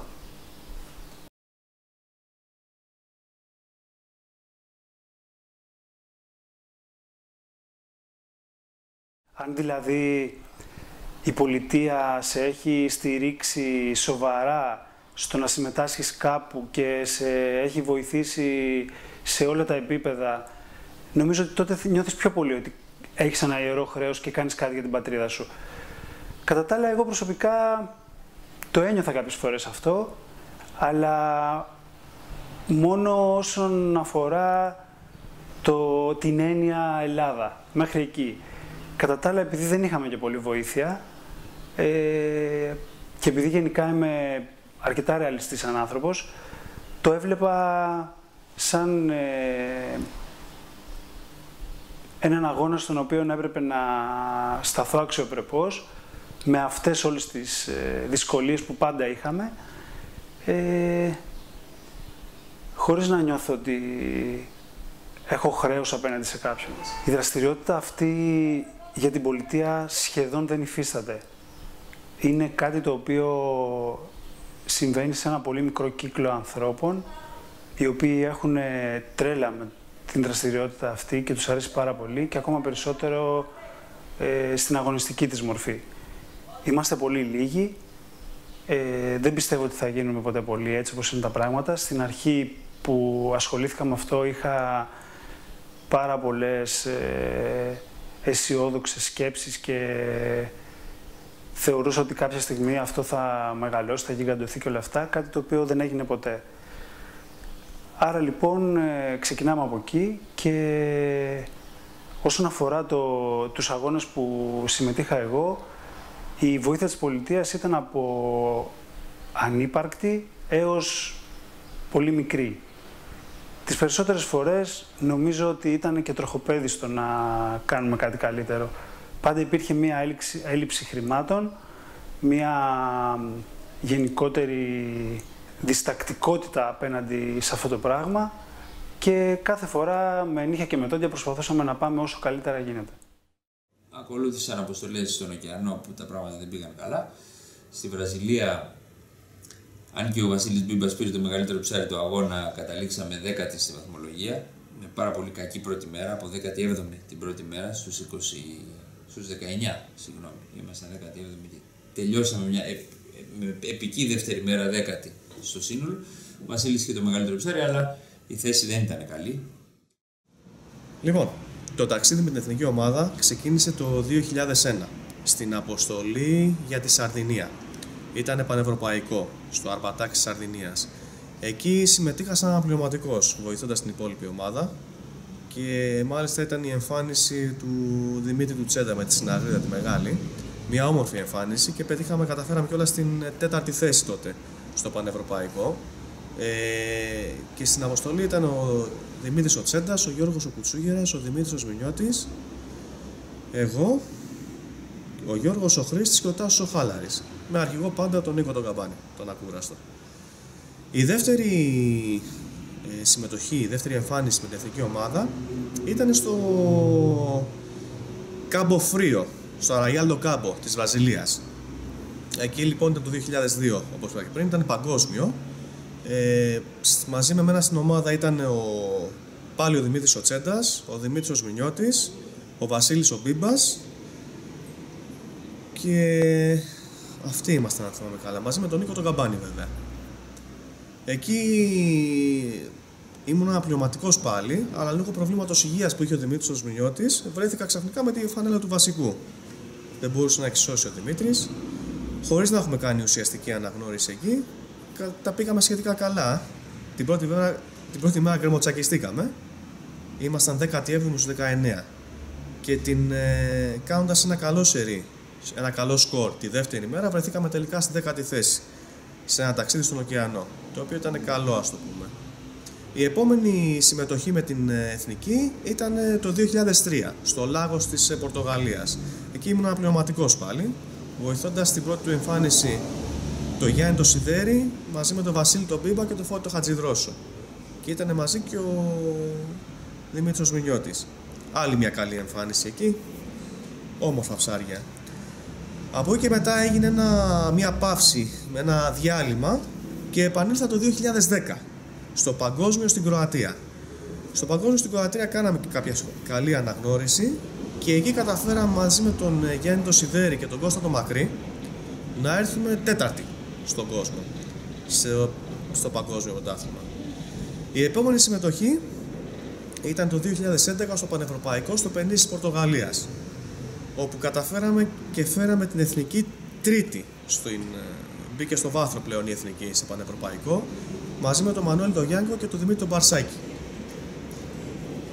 Έπειτα η επόμενη εμφάνιση ήταν το 2013 στο Ελσίνκι, στο Πανευρωπαϊκό στη Φιλανδία, όπου είχαμε τη χαρά και την ευτυχία να δούμε τον Έλληνα πρωταθλητή, τον Μανουέλ Ντογιάνκο, και φυσικά την ομάδα με την φοβερή του απόδοση να φτάνει τη δεύτερη θέση. Εκεί ήταν, μέχρι αυτές είναι οι συμμετοχές που έχουμε την εθνική, ένα μεγάλο ταξίδι με ωραίες αναμνήσεις. Είναι αρκετές σημαντικές αναμνήσεις με την εθνική στα ταξίδια αυτά. Είναι δυνατά από άποψη συναισθημάτων, από άποψη εμπειριών. Μπορώ να ξεχωρίσω αρκετές. Το σίγουρο είναι ότι η πρώτη μου εμφάνιση που έγινε κιόλας μέσω του προβλήματος που υπήρξε στην αθλητή μου στη Βραζιλία και η απόδοση που είχα εκεί, τα είχα πάει καλά, είχα πάρει αρκετά ψάρια, νομίζω ότι είναι από τις σημαντικότερες. Όπως επίσης και η τελευταία εμφάνιση που καταφέραμε και είδαμε επιτέλους κάποιον Έλληνα στο βάθρο στην πρώτη θέση. Στο ταξίδι με το Σιδέρι δεν ήμουνα στη Βενεζουέλα που χρήστηκε δεύτερο στον κόσμο. Από εκεί και πέρα υπάρχουν πάρα πολλές αναμνήσεις. Είναι γεμάτο, δηλαδή στην φεύγεις από το σπίτι σου σε μια ξένη χώρα φορώντας τη φανέλα της εθνικής, είναι σημαντικό όλο το ταξίδι. Είναι πάρα πολλές οι αναμνήσεις. Το σίγουρο είναι όμως ότι για μένα πιο πολύ είναι η πρώτη μου συμμετοχή, αυτή που έγινε στη Βραζιλία το 2002. Για μένα η εμφάνιση με τα χρώματα της εθνικής τη θεωρώ την ύψιστη τιμή που μπορεί να έχει κάποιος Έλληνας αθλητής. Και προσωπικά νιώθω ένα χρέος να τα δώσω όλα, να δώσω όλη μου την προσπάθεια και την ενεργητικότητα πάνω στον αγώνα και στην προετοιμασία του. Το θεωρώ πολύ σημαντικό, το θεωρώ να σου εμπιστεύεται και οι εκλέκτορες όπως είναι το σύστημα τώρα, αλλά και το Πανελλήνιο γενικά να σου εμπιστεύεται αυτή η φανέλα, το θεωρώ σημαντικό για μένα. Και το θεωρώ ότι υπάρχει χρέος, υπάρχει το χρέος του να τα δώσουμε όλα, του να μπορέσουμε να βοηθήσουμε και σαν ομάδα αλλά και ατομικά να πάμε καλά. Το νιώθω σαν χρέος εγώ προσωπικά. Η πολιτεία τα παλαιότερα χρόνια βοήθαγε κάπως την όλη κατάσταση. Η Ομοσπονδία έπαιρνε κάποια χρηματοδότηση και κάποια χρήματα φτάνανε και στο αγωνιστικό υποβρύχιο κυνήγι. Είτε μέσω παράβολου είτε μέσω κάποιας βοήθειας. Τα τελευταία χρόνια όμως έχει σταματήσει τελείως. Δεν έχουμε καμία χρηματοδότηση. Ευτυχώς βέβαια έχουμε εταιρείες, ιδιωτικές εταιρείες του χώρου, οι οποίες έχουν βοηθήσει πάρα πολύ το σύνολο των προσπαθειών και χωρίς αυτούς δεν θα μπορούσαμε να έχουμε καταφέρει και τίποτα. Είμαστε ευτυχείς που έχουμε τη βοήθεια των ανθρώπων αυτών σε συλλογικό και σε ατομικό επίπεδο. Για το μέλλον της εθνικής. Το μέλλον της εθνικής, από τη στιγμή που υπάρχουν οι εργάτες αθλητές που έχουν βγει στο προσκήνιο, πιστεύω ότι είναι λαμπρό. Έχουμε κάποιους ανθρώπους οι οποίοι διαθέτουν χρόνο, χρήμα και είναι πολύ επίμονοι, έχουν τις δυνατότητες, είναι αυτοί που έχουν φέρει και τις επιτυχίες μέχρι στιγμής και πιστεύω ότι το μέλλον προδιαγράφεται λαμπρό. Θα ήθελα να υπάρχει μια μεγαλύτερη φουρνιά από πίσω ανθρώπων, αντί να το Πανελλήνιο να έχει αρκετά παραπάνω άτομα. Βέβαια είναι και το γονίδιο του Έλληνα, ο οποίος δεν μπορεί να χάνει. Βέβαια, όπως είπα και πριν, στην αποτυχία μαθαίνεις πάρα πολλά πράγματα. Στην επιτυχία νομίζεις ότι τα έχεις μάθει όλα. Στην αποτυχία, αν είσαι εύστροφος, αρχίζεις και το σκέφτεσαι. Τι έφτεξε και έβγαλε άλλους παραπάνω ψάρια. Και αρχίζεις και το ψάχνεις και γίνεσαι καλύτερος. Πιστεύω ότι το μέλλον είναι λαμπρό για την εθνική ομάδα, αρκεί να βρεθούν και αυτοί που οι αιμοδότες, οι χρηματοδότες. Γιατί χρειάζεται, κακά τα ψέματα, εκτός από το χρόνο και τις δυνατότητες, χρειάζεται και αρκετό χρήμα για να πετύχει το σκοπό της η εθνική. Αν όλα πάνε καλά και έχουμε και ένα παγκόσμιο στη χώρα μας, όπως το προσπαθεί εδώ και πολύ καιρό, πολλά χρόνια, ο Νίκος ο Καμπάνης, ο αρχηγός των Αποστολών, πιστεύω ότι θα δούμε πολύ όμορφα πράγματα στη συνέχεια στο μέλλον. Καλά να είμαστε να τα δούμε. Τον επόμενο χρόνο, το 2003, Πορτογαλία, Ευρωαφρικανικό, πάλι κακή θέση, μια 8η νομίζω θέση, χάσαμε από ομάδες που δεν έπρεπε. Ήταν η πρώτη συμμετοχή του Γιάννη Σιδέρη στην εθνική ομάδα, ο οποίος θα είχε στη συνέχεια μια εξωσημείωτη πορεία. Πάλι όμως η θέση δεν ήταν καλή και ο ωκεανός έδειχνε ότι εκεί θέλουμε πολλή δουλειά για να μπορέσουμε να κάνουμε κάτι. Φυσικά δεν ξέραμε τότε ούτε πώς να προετοιμαστούμε, ούτε και μπορούσαμε να συνειδητοποιήσουμε τον τρόπο με τον οποίο έπρεπε να διοχετεύσουμε την ενέργειά μας και τα χρήματά μας. Αποτέλεσμα να υστερούμε. Το 4 έγινε μια αποστολή στη Χιλή, δεν είχα πάει. Επίσης είχαμε μια μέτρια θέση, η 10η θέση στον κόσμο. Ήταν η πρώτη αποστολή του Γιάννη του Δεγαΐτα τότε. Και η τελευταία του Τσέντα σε παγκόσμιο πρωτάθλημα. Πήραμε μια θέση αξιοπρεπή, μεν τη 10η, αλλά δεν ήταν αυτό που εμείς ονειρευόμασταν ή περιμέναμε. Το 2005 έγινε το μοναδικό ομαδικό ευρωαφρικανικό πρωτάθλημα, στο οποίο ψάρεψαν μαζί οι αθλητές, δεν είχαμε ατομικό αγώνισμα στο θεσμό που πήγαμε εμείς. Η ομάδα πήγε καλά, αλλά βγήκε πέμπτη. Θέλαμε να περάσουμε μια από τις δυνατές ομάδες, δεν τα καταφέραμε. Με μικρή διαφορά από τους από τους Ιταλούς, ήμασταν πέμπτη. Και δεν μετήχαμε στο ατομικό εκείνης της χρονιάς, γιατί δεν είχαμε χρήματα στη Γαλλία. Το οποίο ήταν το μόνο ατομικό που είχε γίνει κολυμπητό, δηλαδή χωρίς χρήση βάρκας. Τα πράγματα μετά το 2001 που είχαμε την τελευταία επιτυχία αρχίζαν να κρυώνουν. Το 6 ήταν η αποκορύφωση της πτώσης. Φτάσαμε 16η στον κόσμο στο Σίνες με μια ομάδα πολύ καλή, Σιδέρι, Δούναβη, Δεγαΐτα. Μια ομάδα που εγώ πίστευα ότι θα πρέπει να πάει πολύ καλά.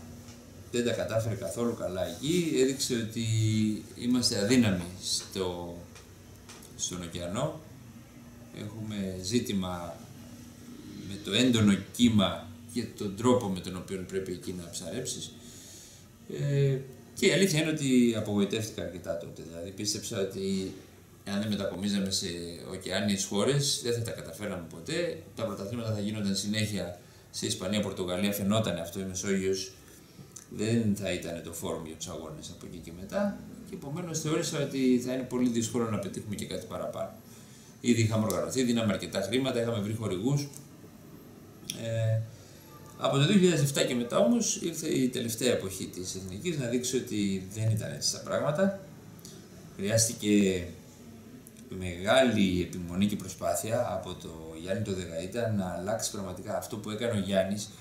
Δεν μπορεί να το συνειδητοποιήσει κανείς εύκολα, γιατί μιλάμε σήμερα με δεδομένα, μιλάμε σήμερα μετά Χριστόν, ξέρουμε την πορεία, ξέρουμε τον τρόπο πια και δεν μπορούμε να δούμε το πρωτοποριακό του πράγματος. Ο Γιάννης πήρε βαρκάρι, πήγε ένα μήνα και είπε, γιατί θεωρούσαμε ότι όση προετοιμασία για να κάνουμε σε τέτοια μέρη, από ένα σημείο και μετά απέβαινε άκαρπο. Εκείνος πίστεψε ότι εάν έχεις δικό σου βαρκάρι και πας αρκετές ημέρες και έχεις την ποιότητα την αθλητική, θα μπορέσεις να προσαρμοστείς και να τα απεξέλθεις. Και αν και δεν τον πίστευα, τον βοήθησα να το πετύχει, γιατί πολλές φορές πρέπει να ακούσεις τους γύρω-γύρω και να μην μένεις σε στερεότυπα δικά σου. Και όταν πήγα εκεί και τον βρήκα παραμονές αγώνα, κατάλαβα τι ψάρια είχε βρει και κατάλαβα ότι θα πάει καλά. Δεν ξέραμε πού μπορεί να φτάσει και πόσο μπορεί να διακριθεί, αλλά εγώ ήμουν σίγουρος προσωπικά ότι θα ήταν στη δεκάδα. Έγινε ο αγώνας, είχε πικρή γεύση στην αρχή, γιατί από πρώτο που τον είχαμε μας έβγαινε εκτός βάθρου και κάπως στους υπολογισμούς τελικά η τύχη μας το έδωσε και πήραμε το πρώτο μετάλλιο. Ήταν για μένα η αποκάλυψη. Από εκεί και μετά τα πράγματα φαινόντουσαν πιο ξεκάθαρα για όλους μας. Είναι αυτό που λέμε καμιά φορά, πόσο απλό είναι ένα πρόβλημα όταν βρεις τη λύση και πόσο κουτό φαίνεται που δεν μπορούσες προηγουμένως να το σκεφτείς. Ακολουθήσαμε τη συνταγή και στο εξής, άλλες φορές μας οδήγησε στην επιτυχία, άλλες φορές όχι, αλλά από τότε τα πράγματα δεν έγιναν ποτέ όπως πριν. Πρώτη συμμετοχή ήταν το 2004 στη Χιλή. Αν θυμάμαι καλά, δεύτερη συμμετοχή ήταν το 5 στο Κασκάις, το 6 στο Σίνες και το 7 στην Ισπανία, στη Ρώτα. Δύο παγκόσμια, δύο πανευρωπαϊκά. Το ένα πανευρωπαϊκό ήταν ομαδικό. Ισχυρότερη ανάμνηση, ναι, θα σου πω. Μιλάμε για το 2007, πανευρωπαϊκό πρωτάθλημα στην Ισπανία, στη Ρώτα συγκεκριμένα, Και η πιο έτσι ιδιαίτερη στιγμή δεν ήταν η στιγμή της διάκρισης της απονομής. Ήταν κατά τη διάρκεια του αγώνα που ο Βαρκάρης μου ανακοίνωσε ότι τον πήρε ο Νίκος ο Καμπάνης, ο αρχηγός της Εθνικής Αποστολής, τον πήρε τηλέφωνο και του είπε να μου πει ότι παίζω με τον Λόπες, έναν Ισπανό, για την πρώτη θέση. Εκεί να σου πω την αλήθεια, θόλωσα, τάχασα λίγο. Ναι, αντί να το χειριστώ λίγο έξυπνα και να δώσω γκάζια, να μην σου πω ότι λίγο καθησυχάστηκα. Γιατί κομπλάρισα, ξέρεις, ήταν κάτι πρωτόγνωρο, δεν έχουμε ξαναπάρει θέση, δεν έχουμε ξαναδιακριθεί, τι γίνεται, δεν το είχα πιστέψει, δεν είχα ακούσει, δεν ήθελα να ακούω ότι βγάζουν αθλητές, απλώς έκανα το πρόγραμμα του αγώνα. Ήταν μια πολύ έντονη στιγμή. Και μετά ακολούθησε, γιατί όταν πήγαμε στη ζυγαριά μετά, παραλίγο να χάσουμε και την τρίτη θέση και ανακοινώθηκε τελευταία στιγμή για γραμμάρια ότι πήρα την τρίτη θέση και ήταν το πρώτο μετάλλιο, ας πούμε, ήταν ιδιαίτερη στιγμή, πολύ. De la Confederación Mundial de Actividades Subacuáticas. Ana Razanova will deliver the medals like the president of the Sport Committee of CNES. En tercer lugar, representando a Grecia, third place from Russia, Ioannis Degaitas.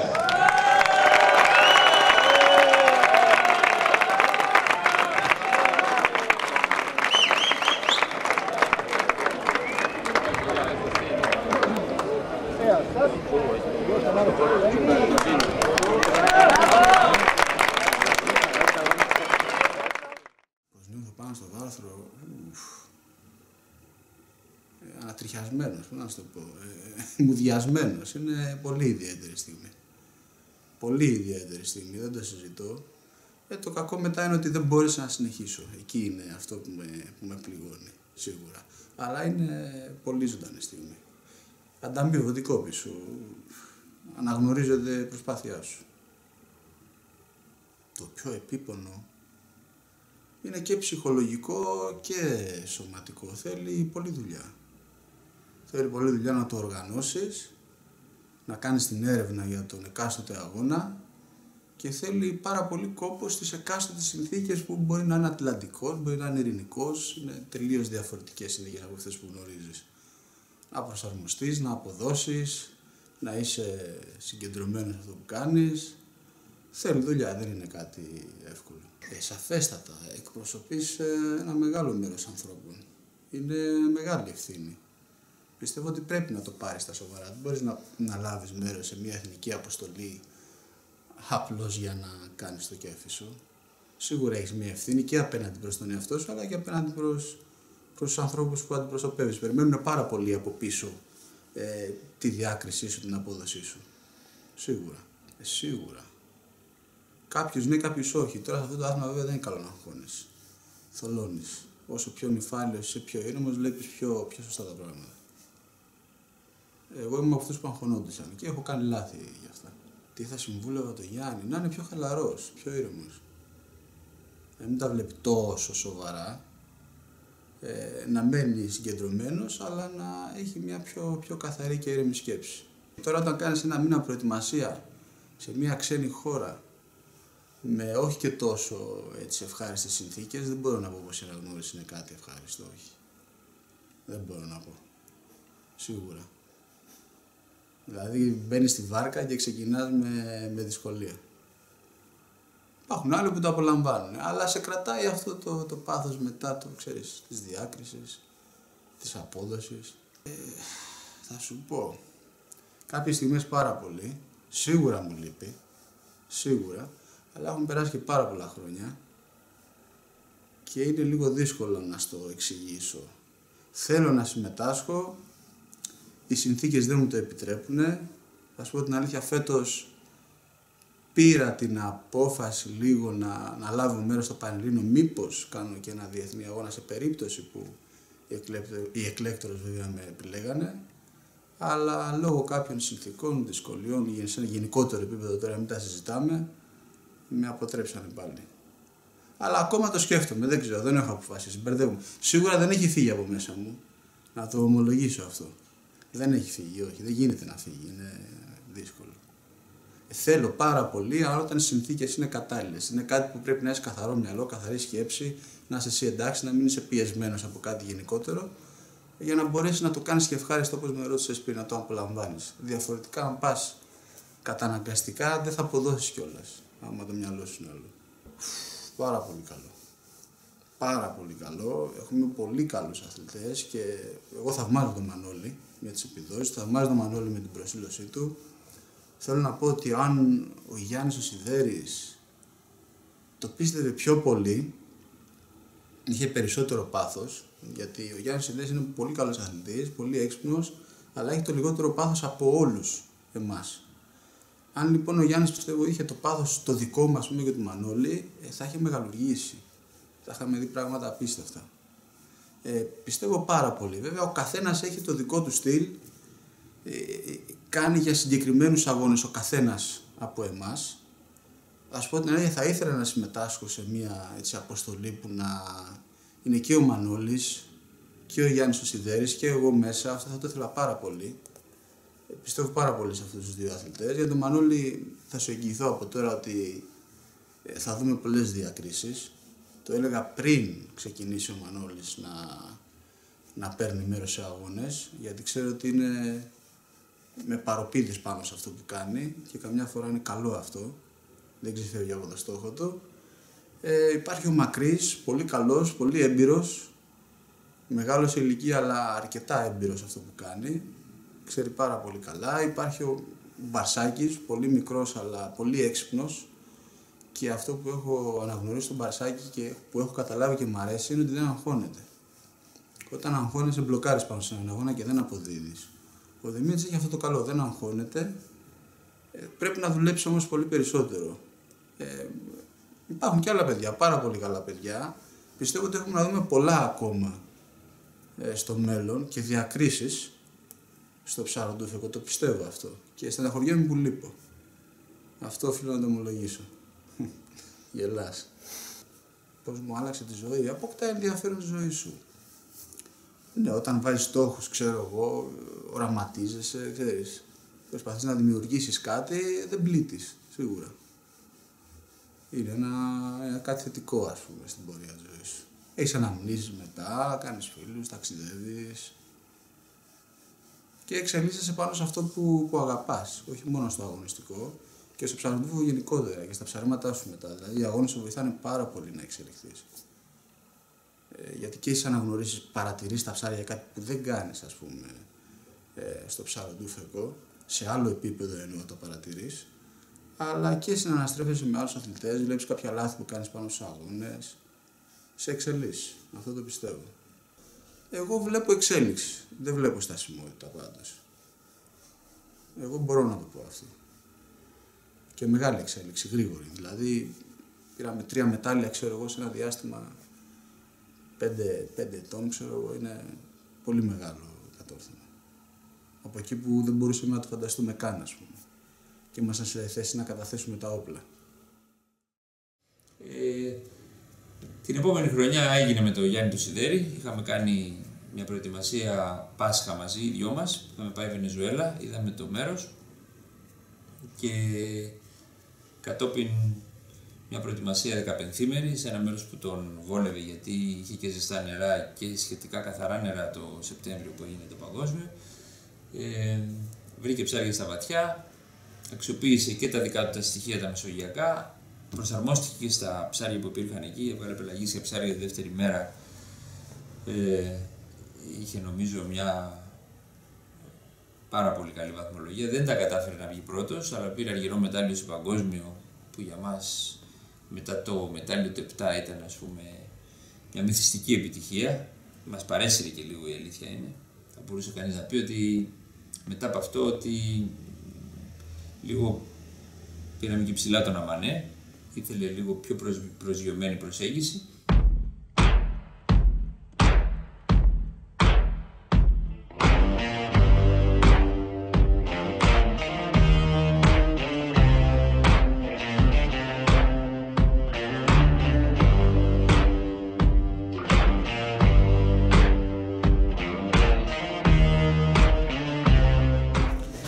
σημαντικότερες διοργανώσεις που συμμετείχα ήταν σίγουρα το 2008 στην Βενεζουέλα, το 2009 στην Αλγερία και το 2010 στην Κροατία.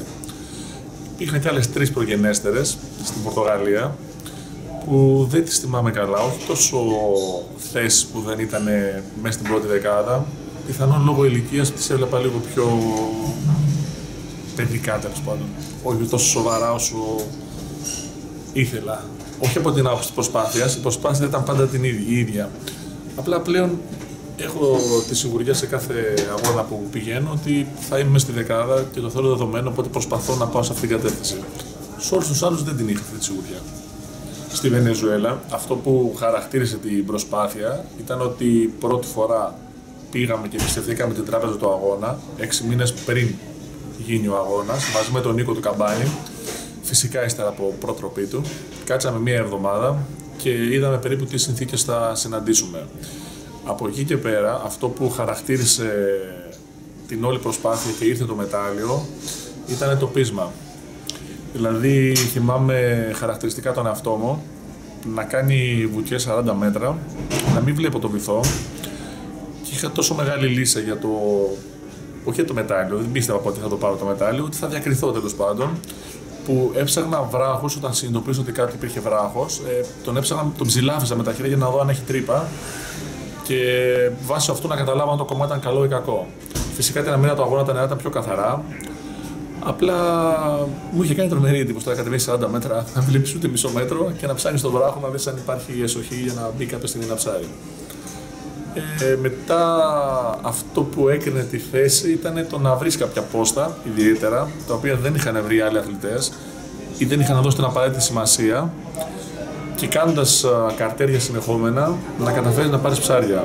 Για μένα όλος ο αγώνας στήθηκε με βάση τα καρτέρια και όχι με βάση το ψάρεμα στην τρύπα. Και νομίζω ότι αυτό έκανε τη διαφορά. Ναι. Είναι χαρακτηριστικό ότι θυμάμαι για ένα μεγάλο φαγκρί που χτύπησε, ήταν γύρω στα 5 κιλά και σίγουρα βοήθησε στην κατάσταση του μεταλλίου. Είχε συγκεκριμένη ώρα που έμπαινα στο κομμάτι και το χαρακτηριστικό ήταν ότι εκείνη την ώρα, ενώ όλα τα καρτέρια ήταν σε καθαρό πόστο, ξαφνικά έρχονταν μια θολούρα, σαν αμοθίελα μέσα στη θάλασσα. Και μου τρεπερχόταν αυτή η θολούρα, στα επόμενα 2-3 καρτέρια πάντα φαινόντουσαν στα φαγκριά. Οπότε όταν έκανα το καρτέρι, αυτό βέβαια συνέπεται με σχεδόν τη λήξη του αγώνα. Όταν έκανα το καρτέρι και είδα τη θολούρα, αναθάρισα ότι σίγουρα θα έρθει κάποιο ψάρι. Και μάλιστα ήταν πολύ τραβηγμένο, περισσότερα τα 2,5 λεπτά, έδειξα τόσο πολύ σιγουριά. Και πράγματι στο τέλος του καρτεριού ήρθαν τα φαγκριά, ήταν πολύ μεγάλα όλα. Χτύπησα ένα. Εντάξει, καταφέραμε, το πήραμε και σίγουρα βοήθησε. Αυτό που είναι ακόμα μεγαλύτερο, εγώ το έχω βιώσει τέλος πάντων, είναι κάτι που χαρακτηρίζει τους αγώνες, είναι μέχρι που θέλει να φτάσεις. Δηλαδή, στον ίδιο αγώνα έχασα 1-2 ψάρια. Μετά από πολλές προσπάθειες έμπαινα όλους μέσα σε μια τρύπα και περίμενα την κατάλληλη στιγμή για να γυρίσω 4-5 φαγκριά. Και όταν χάνεις ένα, χάνεις δύο, ξέρεις ότι μέχρι εκεί είναι. Ενώ αντίστοιχα, κάποια άλλη στιγμή βλέπεις ότι σου δίνει ψάρια, το που θέλει να φτάσεις το νιώθεις εκείνη τη στιγμή. Δεν είναι ότι έχασα για ένα ψάρι από τον Γερεχέτα ή 2 κιλά ή 3, ήταν να φτάσει μέχρι εκεί. Και το μεγαλύτερο λάθος, αν μπορώ να το πω, στην πρώτη μέρα ήταν που δεν άκουσα το ένστικτό μου και ακούγαμε κάποια λόγια που λέγανε οι άλλοι ότι θα πάει σε πολύ ψηλή βαθμολογία ο αγώνας. Δηλαδή μιλάγανε για 170.000 βαθμούς, ενώ δεν ήρθε πάνω από 70 νομίζω. Ότι στις πρώτες 2 βουτιές, 3 που έκανα την πρώτη μέρα, είχα την ευκαιρία να χτυπήσω ψάρια 2-3 κιλό, τα οποία θεώρησα ότι δεν αξίζει να ασχοληθώ μαζί τους για να μην τρομάξω μεγαλύτερα που είχα δει στο κομμάτι. Φυσικά απεδείχθη λάθος. Δεν είναι ότι χάσαμε το μετάλλιο επειδή μου βράχωσε πήγα. Ήταν ο πρώτος αγώνας που ένιωσα σιγουριά για αυτά που είχα διαγνώσει στην προετοιμασία. Και φυσικά όλα αυτά ακολούθησαν στους επόμενους και στην Αλγερία και στην Κροατία. A Loani Sideris, de Grecia, que logró el segundo lugar con 166.667 centésimas.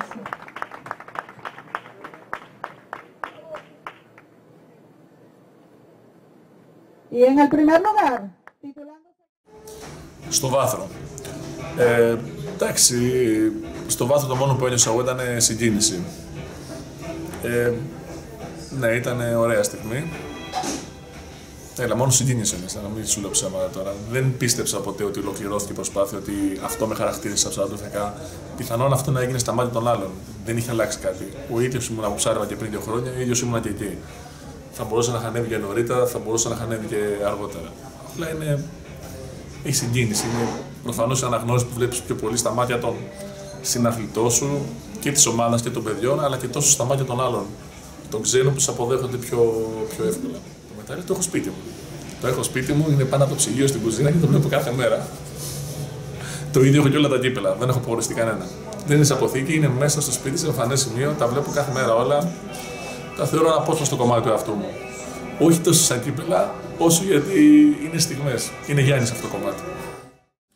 Στην Αλγερία δεν είναι κάτι που δεν πήγε καλά. Αλλάξανε πάρα πολύ οι συνθήκες την μία μέρα πριν τον αγώνα. Εγώ δεν ήμουνα τόσο συνηθισμένος στο να ψαρεύω σε πάρα πολύ θολά νερά, χωρίς φακό. Δεν είχα πιστέψει ποτέ ότι θα γίνει κάποιο πανευρωπαϊκό πρωτάθλημα χωρίς φακό. Και έγινε. Τέλος πάντων, μας ήρθε ξαφνικό. Ενώ είχαμε αναγνώσει πάρα πολλά ψάρια, σε πολύ βαθιά κομμάτια, την πρώτη μέρα κατάφερα και έμεινα στη δεκάδα. Και τη δεύτερη μέρα είναι χαρακτηριστικό αυτό που έγινε τη Βενεζουέλα. Δηλαδή, ενώ την πρώτη μία ώρα χτύπησα ένα πολύ μεγάλο ροφό πάνω από 20 κιλά, μια πολύ μεγάλη πίγκα, στήρες. Κάποια στιγμή ήταν το κλάσμα του δευτερολέπτου που θες να πατήσεις κανάλι. Απλά δυστυχώς ή λόγω αυτοπεποίθησης δεν το κάνεις, ή ήταν λίγο πιο μακριά το ψάρι και το χτύπησες. Και έτσι χάσαμε κανένα 2 ψάρια ακόμα. Δεν θα άλλαζε κάτι. Απλά αντί για την 6η θέση θα ήμουν, ας πούμε, 4ος ή 3ος. Δεν θα πήγαινα ποτέ στην πρώτη.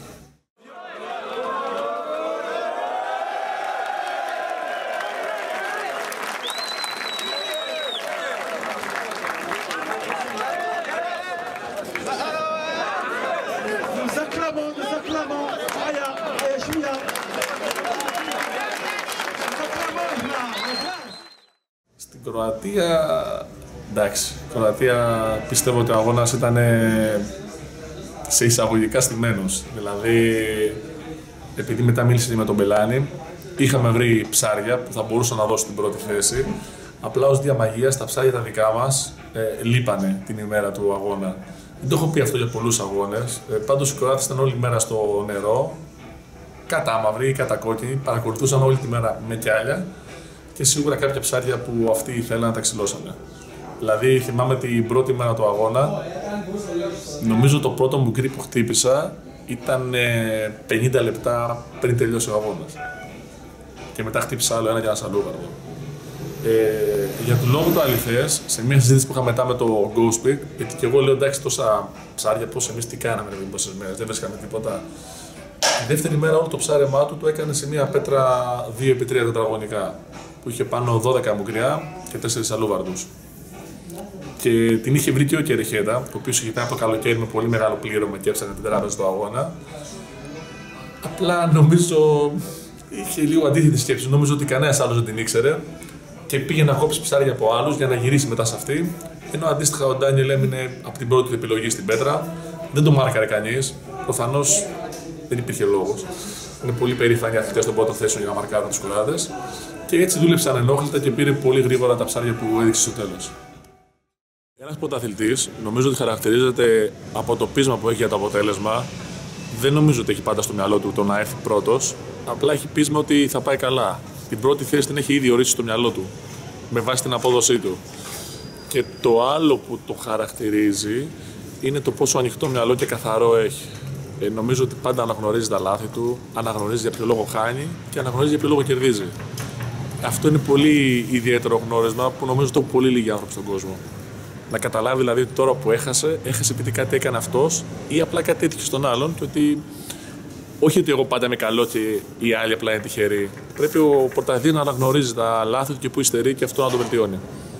Το μέλλον της εθνικής δεν μπορώ να το χαρακτηρίσω αν θα είναι θετικό ή αρνητικό. Δηλαδή θεωρώ ότι μία προσπάθεια σαν αυτή που έκανα εγώ ή ο Δεγαΐτας ή ο Γιάγκος δεν μπορεί να είναι αμιγώς, δηλαδή αμιγώς ατομική.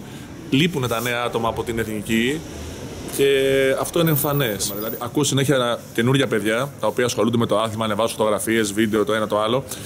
Απλά δεν τους έχω δει να έχουν αγωνιστικό ταπεραμέντο και πολύ περισσότερο να έρχονται να συμμετάσχουν στους αγώνες. Προφανώς ο λόγος είναι ο φόβος για το πόσο μπορούν να επαληθεύσουν όλα αυτά που υποστηρίζουν μέσα από τα βίντεο, μέσα από τα λόγια τους. Και αυτό με κάνει να πιστεύω ότι δεν έχουμε μεγάλη διαφορά από ό,τι είχα πριν από 10 χρόνια. Ναι, εντάξει, σίγουρα ο Μανώλης είναι πάρα πολύ δυνατός αθλητής. Εγώ είμαι καλός, ο Μπαρσάκης είναι καλός, τα υπόλοιπα παιδιά είναι καλά. Αλλά νέα παιδιά έτσι να έχουν κέφι να ασχοληθούν με το αγωνιστικό ψαροντούφικο, εγώ δεν έχω δει. Συνεχίσαμε όμως πολύ καλά και το 9 που έγινε το Ευρωαφρικανικό στην Αλγερία, ο Γιάννης είχε μια έκτη ατομική θέση, η ομάδα μια έκτη ομαδική, με πολύ δυνατά ψάρια. Είχαμε ατυχία στο ζήτημα του καιρού και στην αλλαγή των συνθηκών. Ήταν ένας αγώνας που τον διεκδίκησε ο Γιάννης. Είχε τη δεύτερη καλύτερη ψαριά τη δεύτερη ημέρα και στο σύνολο ξεκινώντας ο αγώνας ξεκινούσε να το πάρει το χρυσό. Δεν ήταν ότι... Είναι διαφορετική πάντα η θέση, η εκκίνηση. Σου λέει πόσο τελικά έχεις αλλάξει επίπεδο. Όταν ξεκινάς για να κερδίσεις, παλιά πηγαίναμε για να πάμε καλά. Από το 2007 και μετά κάποιος από την ομάδα ξεκινάει να κερδίσει και αυτό είναι πολύ σημαντικό.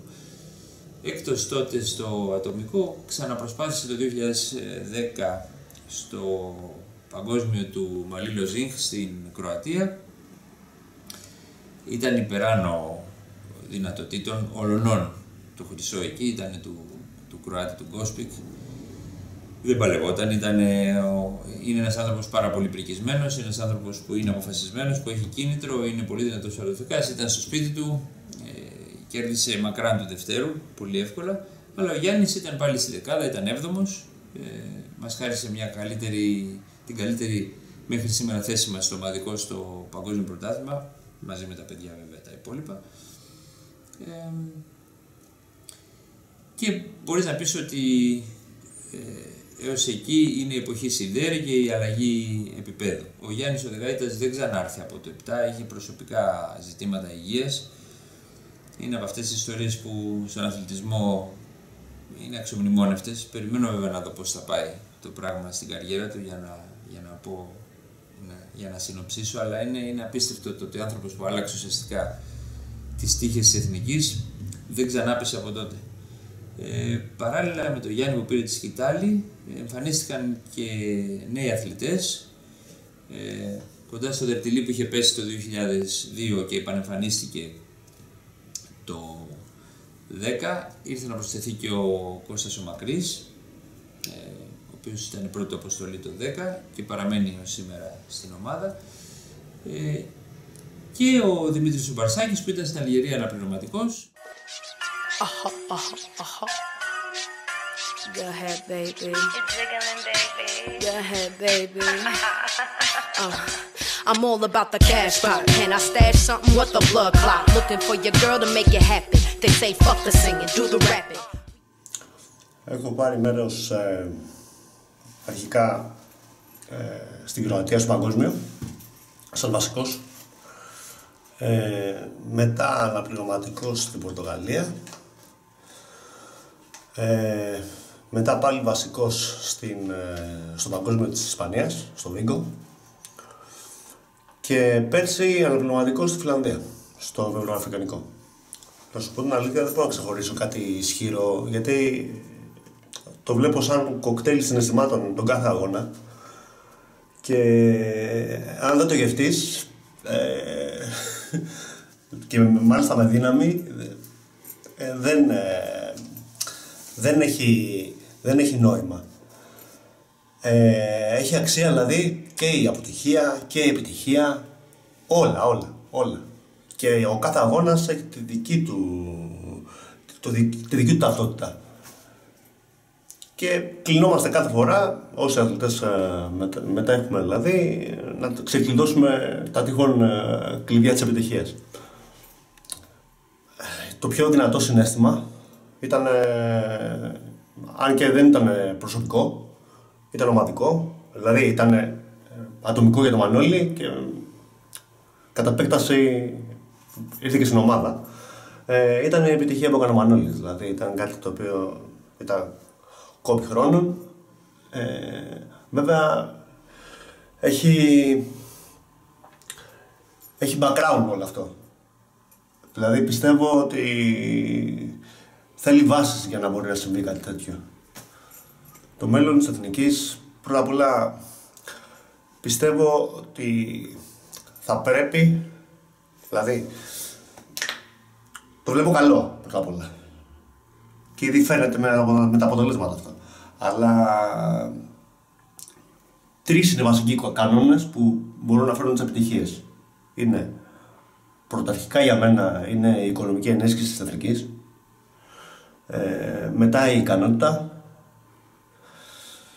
Και μετά το τυχόν ταλέντο. Αδερφέ Γιώργο, το αγωνιστικό ψαροτούφεκο μου άλλαξε ριζικά τη ζωή. Πρώτα απ' όλα πιστεύω ότι έγινα πολύ καλύτερος ψαράς.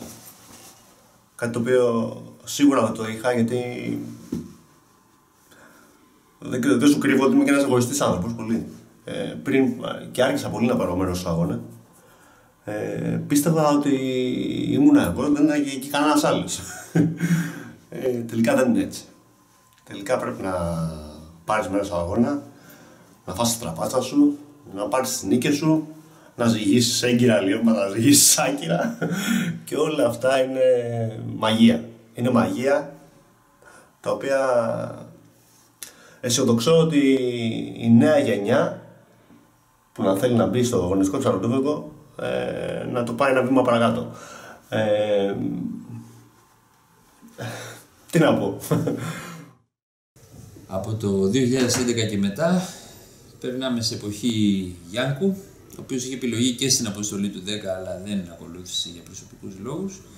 Ο Μανώλης μαζί με την ομάδα αυτή των παιδιών που ανέφερα πριν, Δερτιλή, Μακρύ, Μπαρσάκη, είναι αυτοί που έχουν τραβήξει την ομάδα και τις αποστολές από το 2011 και μετά, και φέρανε πάλι μεγάλες διακρίσεις στο αγωνιστικό το ελληνικό. Το 2011 πήγανε ουσιαστικά πρωτόπυροι ο Μπαρσάκης με τον Γιάνκο, και μαζί με τον Τερτιλή φέρανε τρίτη ομαδική, που επίσης δεν είχε ξαναγίνει σε κανένα διεθνές πρωτάθλημα, χωρίς να έχουμε ατομική διάκριση εκεί από πλευράς μεταλλίων. Είχαμε 6η και 7η θέση όμως στο ατομικό και ομαδική τρίτη, που για μένα ήταν ιδιαίτερα σημαντικό. Εγώ από ένα σημείο και μετά είπα ότι κάποια στιγμή, εντάξει, θα έχουμε μεγάλους αθλητές, έχουμε και θα έχουμε πάντα, αλλά είναι πολύ διαφορετικό να έχεις αποστολή πολύ δυνατή.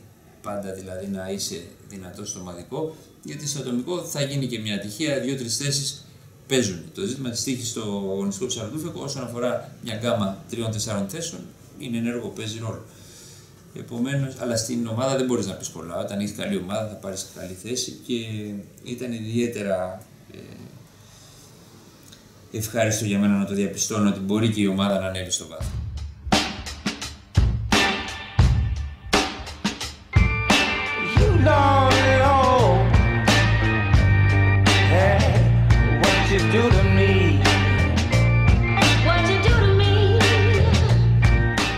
Διεθνείς συμμετοχές που έχω κάνει με τα χρώματα της Εθνικής είναι στην Αλγερία σαν αναπληρωματικός αθλητής. Η πρώτη μου συμμετοχή σαν βασικός ήταν στην Πορτογαλία, στο Ευρωαφρικανικό Πρωτάθλημα. Έπειτα ήρθε το παγκόσμιο στο Βίγκο της Ισπανίας, και τώρα τελευταία στο Ελσίνκι στη Φιλανδία, που καταφέραμε και πήραμε τη δεύτερη θέση στο ομαδικό, και είχαμε και χρυσό έναν αθλητή μας, το Μανώλη το Γιάνκο, που για πρώτη φορά μετά από τόσα χρόνια καταφέραμε να πάρουμε την πρώτη θέση. Δύο είναι οι σημαντικότερες αναμνήσεις που έχω. Η πρώτη είναι στην Πορτογαλία, που έπεσα για πρώτη φορά σε ένα διεθνή αγώνα και κατάφερα να πάρω την 7η θέση. Και η δεύτερη ήταν το χρυσό του Μανώλη φέτος στη Φιλανδία, και η δεύτερη θέση της εθνικής ομάδας στο ομαδικό. Το μέλλον της εθνικής ομάδας πιστεύω ότι είναι λίγο δυσδιάκριτο τη συγκεκριμένη στιγμή. Υπάρχουν πολλοί παράγοντες που πιστεύω ότι το καθορίζουν αυτό. Το κυριότερο θεωρώ πως είναι το οικονομικό. Χρειάζεται σίγουρα κάποιος κόσμος να βοηθήσει την εθνική ομάδα οικονομικά, για να μπορέσει να ανταπεξέλθει στα πολύ μεγάλα έξοδα. Χρειάζεται να μπει καινούριος κόσμος στο ελληνικό πρωτάθλημα. έτσι ώστε και να γίνει πιο δυνατό το πρωτάθλημα, σαν πρωτάθλημα να έχουμε αρκετές συμμετοχές, αρκετά καινούργια παιδιά και οι εκλέκτορες να έχουν αρκετές περισσότερες επιλογές από αυτές που έχουν τη συγκεκριμένη στιγμή. Θα πρότεινα σίγουρα να συμμετάσχει κάποιος στο αγωνιστικό ψαροντούφεκο. Στην αρχή να ξεκινήσει με κάποιους μικρούς αγώνες, θα τον βοηθήσουν σίγουρα πάρα πολύ και στα προσωπικά του ψαρέματα και γενικότερα στο πώς βλέπει τη θάλασσα. Έχει φοβερές εμπειρίες, πολύ δυνατές συγκινήσεις, γνωρίζεις καινούριο κόσμο, κάνεις πάρα πολλούς φίλους και όχι μόνο στην Ελλάδα, κάνεις πάρα πολλούς φίλους και στο εξωτερικό. Θεωρώ ότι ο κόσμος είναι πολύ δεμένος στο αγωνιστικό ψαροντούφεκο και σίγουρα όλο αυτό το κομμάτι, ας πούμε, και η ενασχόληση με το αγωνιστικό ψαροντούφεκο βγαίνει τον κόσμο ένα βήμα παραπέρα και στη ζωή του και στο πώς βλέπει τη θάλασσα. Το 12 πήγαμε στο Βίγκο, στο παγκόσμιο, με πάλι μεγάλες προσδοκίες, καλές προετοιμασίες για Μπαρσά και Γιάνκο. Ο Μακρύς πήγε λιγότερες μέρες. Εκεί είναι η κορυφαία απογοήτευση για μένα στο ζύγισμα της δεύτερης μέρας, γιατί είδα έναν άνθρωπο που μπορούσε να κερδίσει το παγκόσμιο, να μην μπορεί να ζυγίσει 9 από τα 10 ψάρια του αγώνα που υπήρχαν διάσπαρτα στις τράπεζες και ήταν και εύκολα στη σύλληψη, στα γουρουνόψαρα, να έχει 10 και να ζυγίζει μόνο το ένα. Και έχοντας δει τα υπόλοιπα ψάρια που κανονικά σε όποιον άλλον και να τα δίνες, θα τον έβγαζες πρώτο τη δεύτερη μέρα και ανάλογα με την ψαριά του τις πρώτες μέρες θα μπορούσε να κάνει βάθρο. Έτσι έμενε αυτός ο άνθρωπος ουσιαστικά ένατος και κανείς να μην μπορεί να συνειδητοποιήσει την προσπάθεια που είχε κάνει και τον τρόπο με τον οποίο ψάρεψε. Είναι πράγματα που δεν εξηγούνται, έχουν να κάνουν με το τι ψάρια ψαρεύτηκαν και πού ψαρεύτηκαν αυτά. Ψάρεψε κεφάλους σε σημεία όπου ντόπιοι δεν θα μπορούσαν να τα ψαρέψουν. Θα είχαν πρόβλημα σωματικής αγκαιρότητας. Αλλά κάθε πόδιο για καλό, πείσμωσε, πήγε την επόμενη χρονιά στο Ευρωαφρικανικό και όλοι ξέρουμε το αποτέλεσμα, το κέρδισε με διαφορά. Βρήκε ψάρια που δεν έχουν ξαναψαρευτεί με ψαροντούφεκο στην Φινλανδία, μπακαλιάρι, δηλαδή πιάνανε κάποιοι ψαράδες πάρα πολύ βαθιά με κάποια άλλα εργαλεία. Εμείς όμως το είδαμε στον κατάλογο των ψαριών, ο Μανώλης είπε αφού ζει στη θάλασσα πρέπει να βρούμε που ζει αυτό. Έφερε βυθόμετρα, έφερε όργανα από την Ελλάδα, έψαξε, βρήκε στα κατασκόταδα της λίμνης Βαλτικής κάποια τέτοια ψάρια, κατάλαβε πώς περίπου πρέπει να ψάξει, βρήκε κι άλλα και κατάφερε να πάρει ένα πολύ σημαντικό χρυσό μετάλλιο, τόσο για τον ίδιο όσο για την εθνική και να αφήσει βέβαια και τον κόσμο με το στόμα ανοιχτό. Δεν ξέρω πόσο έχουν καταλάβει οι ξένοι τι άνθρωπος είναι και τι αθλητής είναι. Μπορεί να θεωρούν ότι έτυχε και βρέθηκε ένα πυρηνικό όπλο σε αυτή την τράπεζα που αν δεν βρισκόταν, ξέρω εγώ, μπορεί να μην είχε τη θέση που πήρε ο Μανώλης. Γιατί είμαι σίγουρος ότι κανείς δεν κατάλαβε από το Βίγκο τι έχει γίνει και τι ψάρια έχει πιάσει. Ήταν μικρή η βαθμολογία του και δεν τράβηξε την προσοχή κανενός.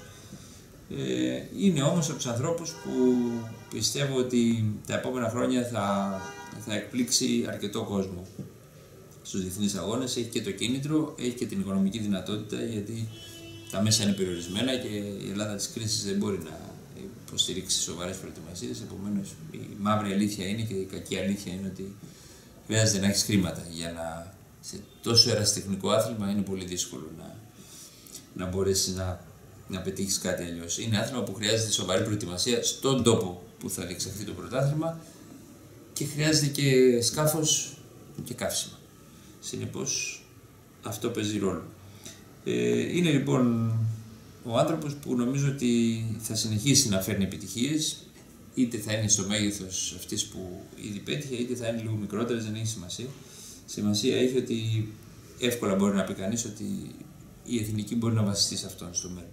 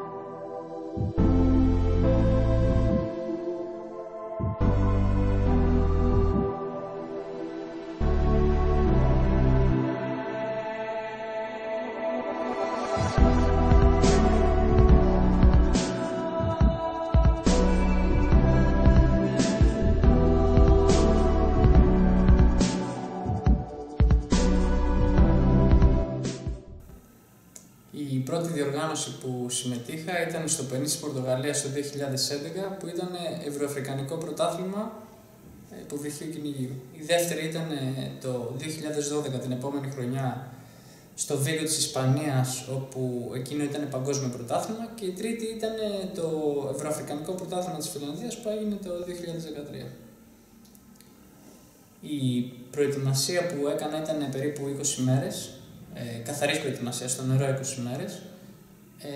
Αυτό το οποίο προσπάθησα να κάνω ήταν να δω όσο το δυνατόν καλύτερα τις τράπεζες σε όλο το εύρος που είχαν, και να καταλάβω, επειδή ο ωκεανός είναι κάτι το οποίο δεν είναι προσφυλές, ας πούμε, σε εμάς, να καταλάβω τις συνθήκες που επικρατούσαν και να προβλέψω τι θα γινόταν τη μέρα του αγώνα. Αυτό το οποίο δεν κατάφερα να κάνω είναι να εκτιμήσω σωστά τα βάρη των ψαριών, και φάνηκε στο ζύγισμα, στο τέλος. Έπιασα έναν ικανοποιητικό αριθμό ψαριών, αλλά δεν μετρούσαν για πολύ λίγο, για 10, για 20 γραμμάρια, για 5 γραμμάρια, κάποιο ξέρω εγώ τι. Αυτό ήταν που ουσιαστικά με έφερε στην ένατη θέση, γιατί διαφορετικά θα ήταν πιο καλό το αποτέλεσμα. Για τον αγώνα της Φιλανδίας, η στρατηγική ήταν να βρούμε ψάρια τα οποία θα κάνουν τη διαφορά σε σχέση με αυτά που θα βρίσκαν οι υπόλοιποι.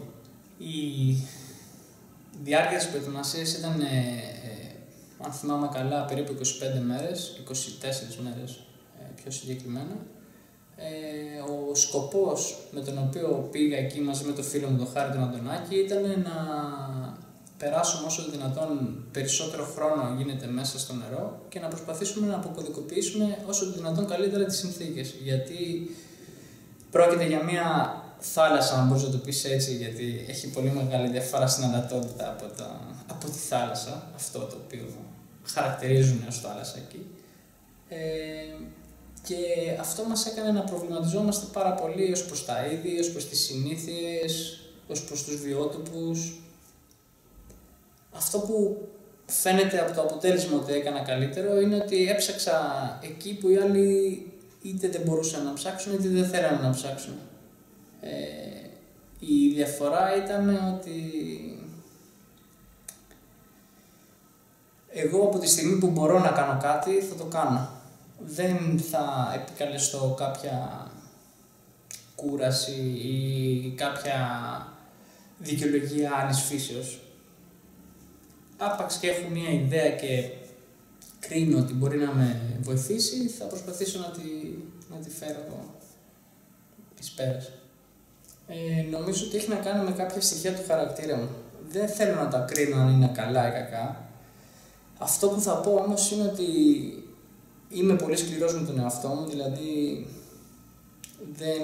αν δεν δικαιολογώ τους υπόλοιπους ανθρώπους μία φορά, τον εαυτό μου δεν τον δικαιολογώ 10 σε κάποια πράγματα. Και το άλλο που με χαρακτηρίζει είναι η επιμονή.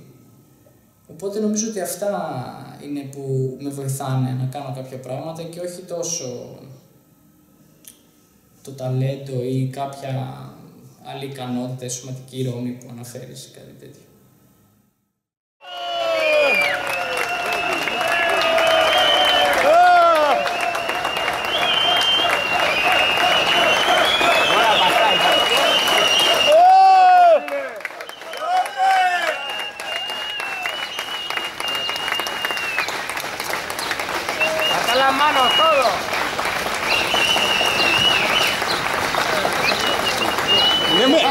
Анна, поверни медаль, медаль закрутилась. Медаль. Поверни.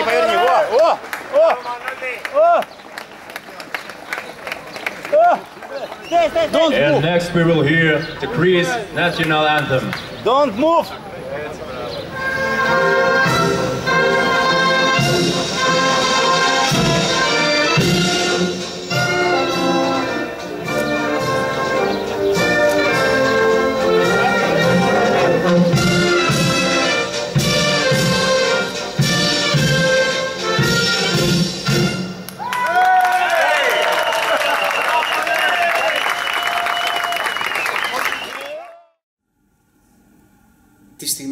της απονομής επάνω στο βάθρο, αυτό που αισθάνομαι, εντάξει, δύσκολα περιγράφεται, αλλά δεν θα το έλεγα και κάτι πολύ ιδιαίτερο. Αυτό που σκέφτομαι όμως πάρα πολύ έντονα είναι η γυναίκα μου και τα παιδιά μου και ο κόσμος που με βοήθησε για να φτάσω εκεί. Αυτό. Το δίπλωσα με ένα συγκεκριμένο τρόπο το χαρτάκι, το δίπλωμα, και το τύλιξα γύρω-γύρω από αυτό το μετάλλιο και το έβαλα στην τσάντα μου, έτσι όπως έκανα με τα μετάλλια που έπαιρνα μικρός από το κολυμβητήριο. Αυτό. Ακόμα δεν ξέρω εγώ σε ποιο επίπεδο βρίσκομαι ενός καλού αθλητή ή ενός πρωταθλητή, και μπορεί το αποτέλεσμα να έχει τον τίτλο του πρωταθλητή, αλλά για μένα και η Φιλανδία που ήταν αυτή τη χρονιά, αλλά και το Περού που είναι την επόμενη χρονιά, που είναι παγκόσμιο πρωτάθλημα, είναι σχολεία. Το πρώτο είναι ότι πρέπει οπωσδήποτε να περάσει μέσα από μια εκπαιδευτική διαδικασία ελεύθερης κατάθεσης τουλάχιστον, και επίσης μια άτυπη ακόμα επί του παρόντος, αλλά αντίστοιχα εκπαιδευτική διαδικασία στο ψαροντούφεκο. Δηλαδή να είναι δίπλα με κάποιον ο οποίος θα του δείξει κάποια βασικά πράγματα. Αυτό θα τον γλιτώσει από πολύ μεγάλο κόπο και χρόνο. Έπειτα να προσπαθήσει αυτά τα δύο πράγματα, και τις γνώσεις της ελεύθερης κατάθεσης και του υποβρυχίου κυνηγείου, να τα δουλέψει όσο δυνατόν περισσότερο, και να ξεκινήσει. Το δεύτερο σκέλος της απάντησης είναι ότι θα πρέπει να ξεκινήσει όσο το δυνατόν νωρίτερα να ασχολείται με τους αγώνες. Γιατί ακόμα και η συμμετοχή, και ας μην έχει τις προϋποθέσεις για να κερδίσει, ακόμα και η συμμετοχή είναι πολύ σημαντική και προσδίδει πολύ μεγάλη εμπειρία για το μέλλον.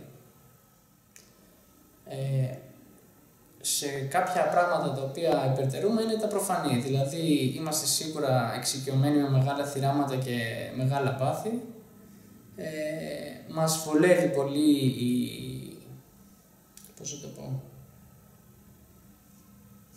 το να είναι ένας αγώνας σε καθαρά νερά, σε συνθήκες διάβγειας, γενικώς αυτό που χαρακτηρίζει την Ελλάδα.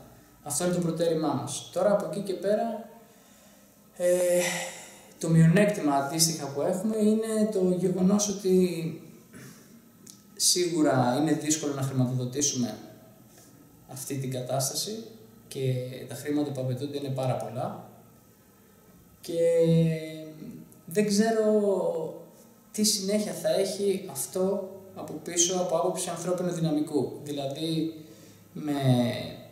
ο κόσμος γενικώς έχει μια πολύ σφαλμένη εντύπωση για το τι είναι το αγωνιστικό ψαροντούφεκο και πώς αυτό μπορεί να αξιολογηθεί από οικολογικής άποψης. Και γενικώς έχει την τάση να βάλει κατά αυτού,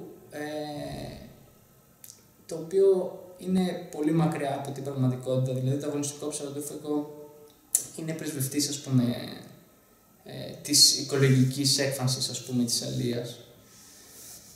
Και αυτή η συμπεριφορά γενικώς που έχει ο κόσμος, η αρνητική κατά του αγωνιστικού ψαροντούφεκου, είναι ίσως αυτό που θα στηρίσει από άτομα τα οποία θα τον τροφοδοτήσουν για τα επόμενα χρόνια. Αυτή είναι η μοναδική μου ανησυχία, και γι' αυτό το λόγο μία από τις βασικές μου εμένα επιδιώξεις είναι να αποκαταστήσω αυτή την εικόνα στον κόσμο. Είναι εφικτό να δούμε έναν παγκόσμιο πρωταθλητή. Δεν ξέρω αν είναι για τα επόμενα χρόνια ή αρκετά χρόνια μετά. Το ζήτημα είναι ότι αυτό που εγώ μπορώ να υποσχεθώ για τα αμέσως επόμενα χρόνια που εγώ έχω μπροστά μου είναι ότι θα προσπαθήσω με νύχια και με δόντια, δεν ξέρω αν αυτό ονομάζεται παγκόσμιο πρωτάθλημα, αλλά σίγουρα για το καλύτερο. Φυσικά έχουμε και τους άλλους, τους περιμένουμε. Έχουμε και τα παιδιά αυτά που αποτελούν σήμερα τον κορμό της Εθνικής, που τα πιστεύουμε ακόμα.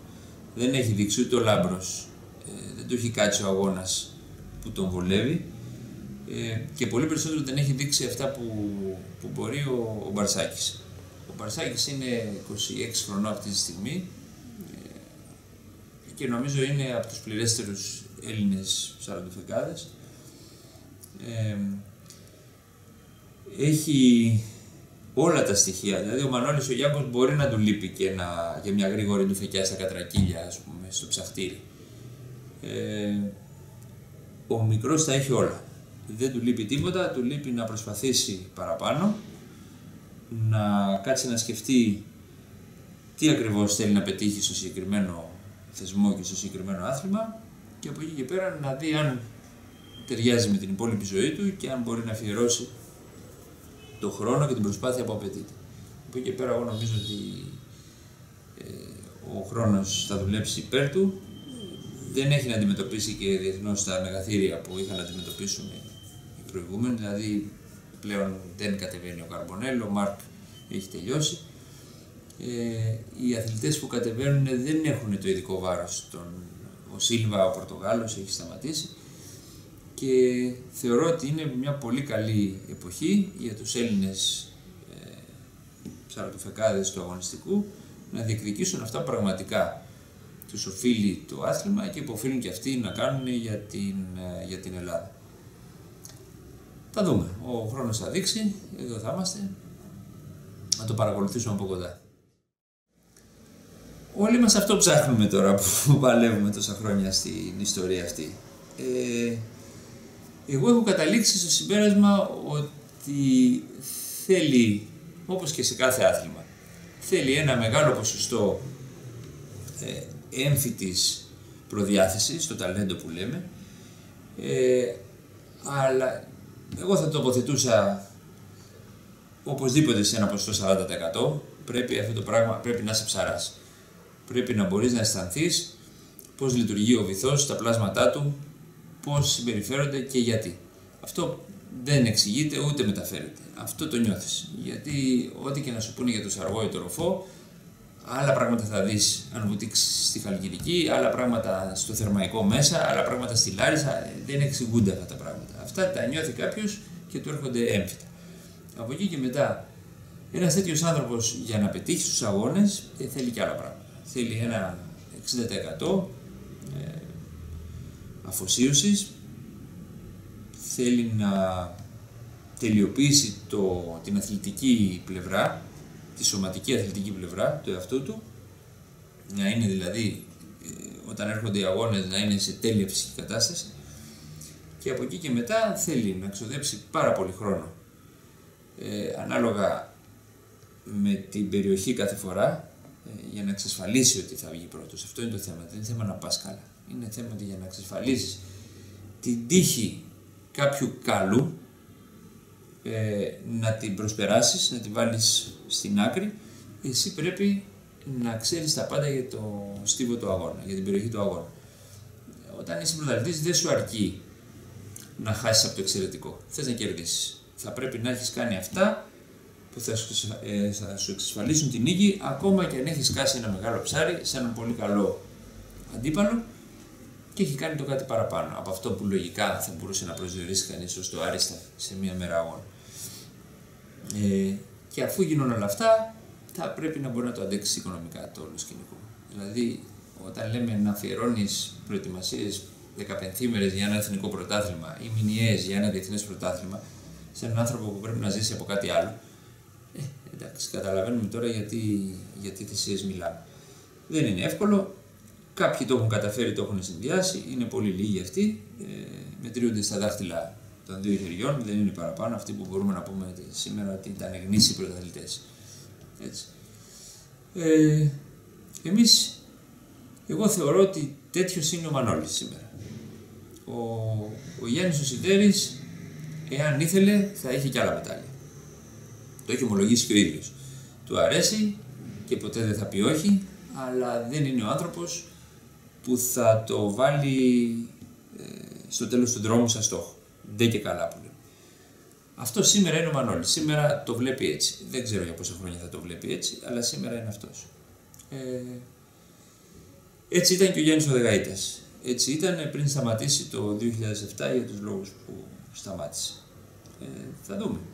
Θα δούμε για το Δημήτρη τον Μπαρσάκη και θα δούμε για το ποιους ακόμα θα μπορούσαμε να χαρακτηρίσουμε έτσι στο μέλλον από τα δικά μας τα παιδιά. Εντάξει, έξω είναι... Οι περισσότεροι γνωρίζουν τους πολύ μεγάλους παγκόσμιους πρωταθλητές, είναι αναμφίβολα τέτοιοι άνθρωποι, ο Ματζάρη, ο Μενουάλ, ο Καρμπονέλ. Είναι σίγουρα από τα ονόματα που στιγμάτισαν το Διεθνές Αγωνιστικό Ψαροτούφεκο και νομίζω ότι η ύπαρξη αυτών των θρύλων δίνει και μια εξασφάλιση για τη συνέχεια του αγωνιστικού για κάμποσα χρόνια ακόμα. Όταν υπήρξαν αυτοί οι ογκόληθοι και δημιούργησαν τα επιτεύγματα που δημιούργησαν, έχουν θέσει και έναν πύχη για τους επόμενους που θα κρατήσει για κάμποσα χρόνια η προσπάθεια να το ξεπεράσουν και άρα θα δούμε αρκετά κεφάλαια στην ιστορία. Σίγουρα ο Γκόσπικ είναι ένας πρωταθλητής, φαίνεται και από τους τίτλους που έχει καταφέρει να πετύχει μέχρι σήμερα, αλλά και από τον εν γέννη τρόπο που το βλέπει το αγωνιστικό. Όποιος του μιλήσει στο 5 λεπτό καταλαβαίνει ότι μιλάμε για ένα μεγάλο πρωταθλητή. Από εκεί και πέρα είναι κι άλλοι που θα μπορούσα να πω τώρα από το διεθνές στερέωμα. Ο Σίλβα, ο Πορτογάλος, ήταν τέτοιος. Αλλά σίγουρα δεν είναι του βελληνικούς των ονομάτων που προανέφερα και εγώ νομίζω ότι σήμερα έχουν μικρύνει αποστάσεις και επειδή η αθλητική πλευρά έχει φτάσει να διεκδικεί μεγάλο μέρος της ζυγαριάς στην επιτυχία και το ταλέντο να έχει υποχωρήσει, όπως είπα, σε ένα 40%, ενώ παλιότερα ήταν πολύ παραπάνω, εγώ νομίζω ότι πλέον και οι δικοί μας οι πρωταθλητές έχουν τύχει να κάνουν κάτι μεγάλο διεθνώς. Θα δούμε. Οψόμεθα. Κανείς δεν γνωρίζει το μέλλον της εθνικής μας ομάδας με ακρίβεια. Πέρα από την αδιαφυσβήτητη δυναμική, το πλούσιο ταλέντο και την επιβεβαιωμένη ικανότητα, υπάρχει το πάθος για συμμετοχή, η ανάγκη για διάκριση. Τα ονόματα μπορεί να αλλάξουν και οι σημερινοί θρύλοι να ανανεωθούν. Το μόνο σίγουρο είναι πως κάπου, κάποτε, στο σύντομο ή και λιγότερο άμεσο μέλλον, ελληνικά πνευμόνια θα φουσκώσουν με αέρα για να ταξιδέψουν τους καλύτερους από εμάς στα άδυτα κάποιας θάλασσας του κόσμου. Με τα ένστικτα να διψούν για θυράματα τρόπαια και το μυαλό κολλημένο στο βάθρο. 60 χρόνια πορείας, αναρρύθμιτα ταξίδια, κόπος, ατέλειωτα μίλια, σπουδαίοι ψαροτουφεκάδες, σπουδαιότεροι αθλητές. Θειασότες της μεγάλης ιδέας, εκπροσώπηση της χώρας, άξιοι πρεσβευτές του ελληνικού ψαροτούφεκου. Ο πύχης έχει τεθεί ψηλά. Το μέλλον φαντάζει λαμπρό. Ο χρόνος είναι με το μέρος μας. Θα είμαστε εδώ μέχρι να μας επαληθεύσει.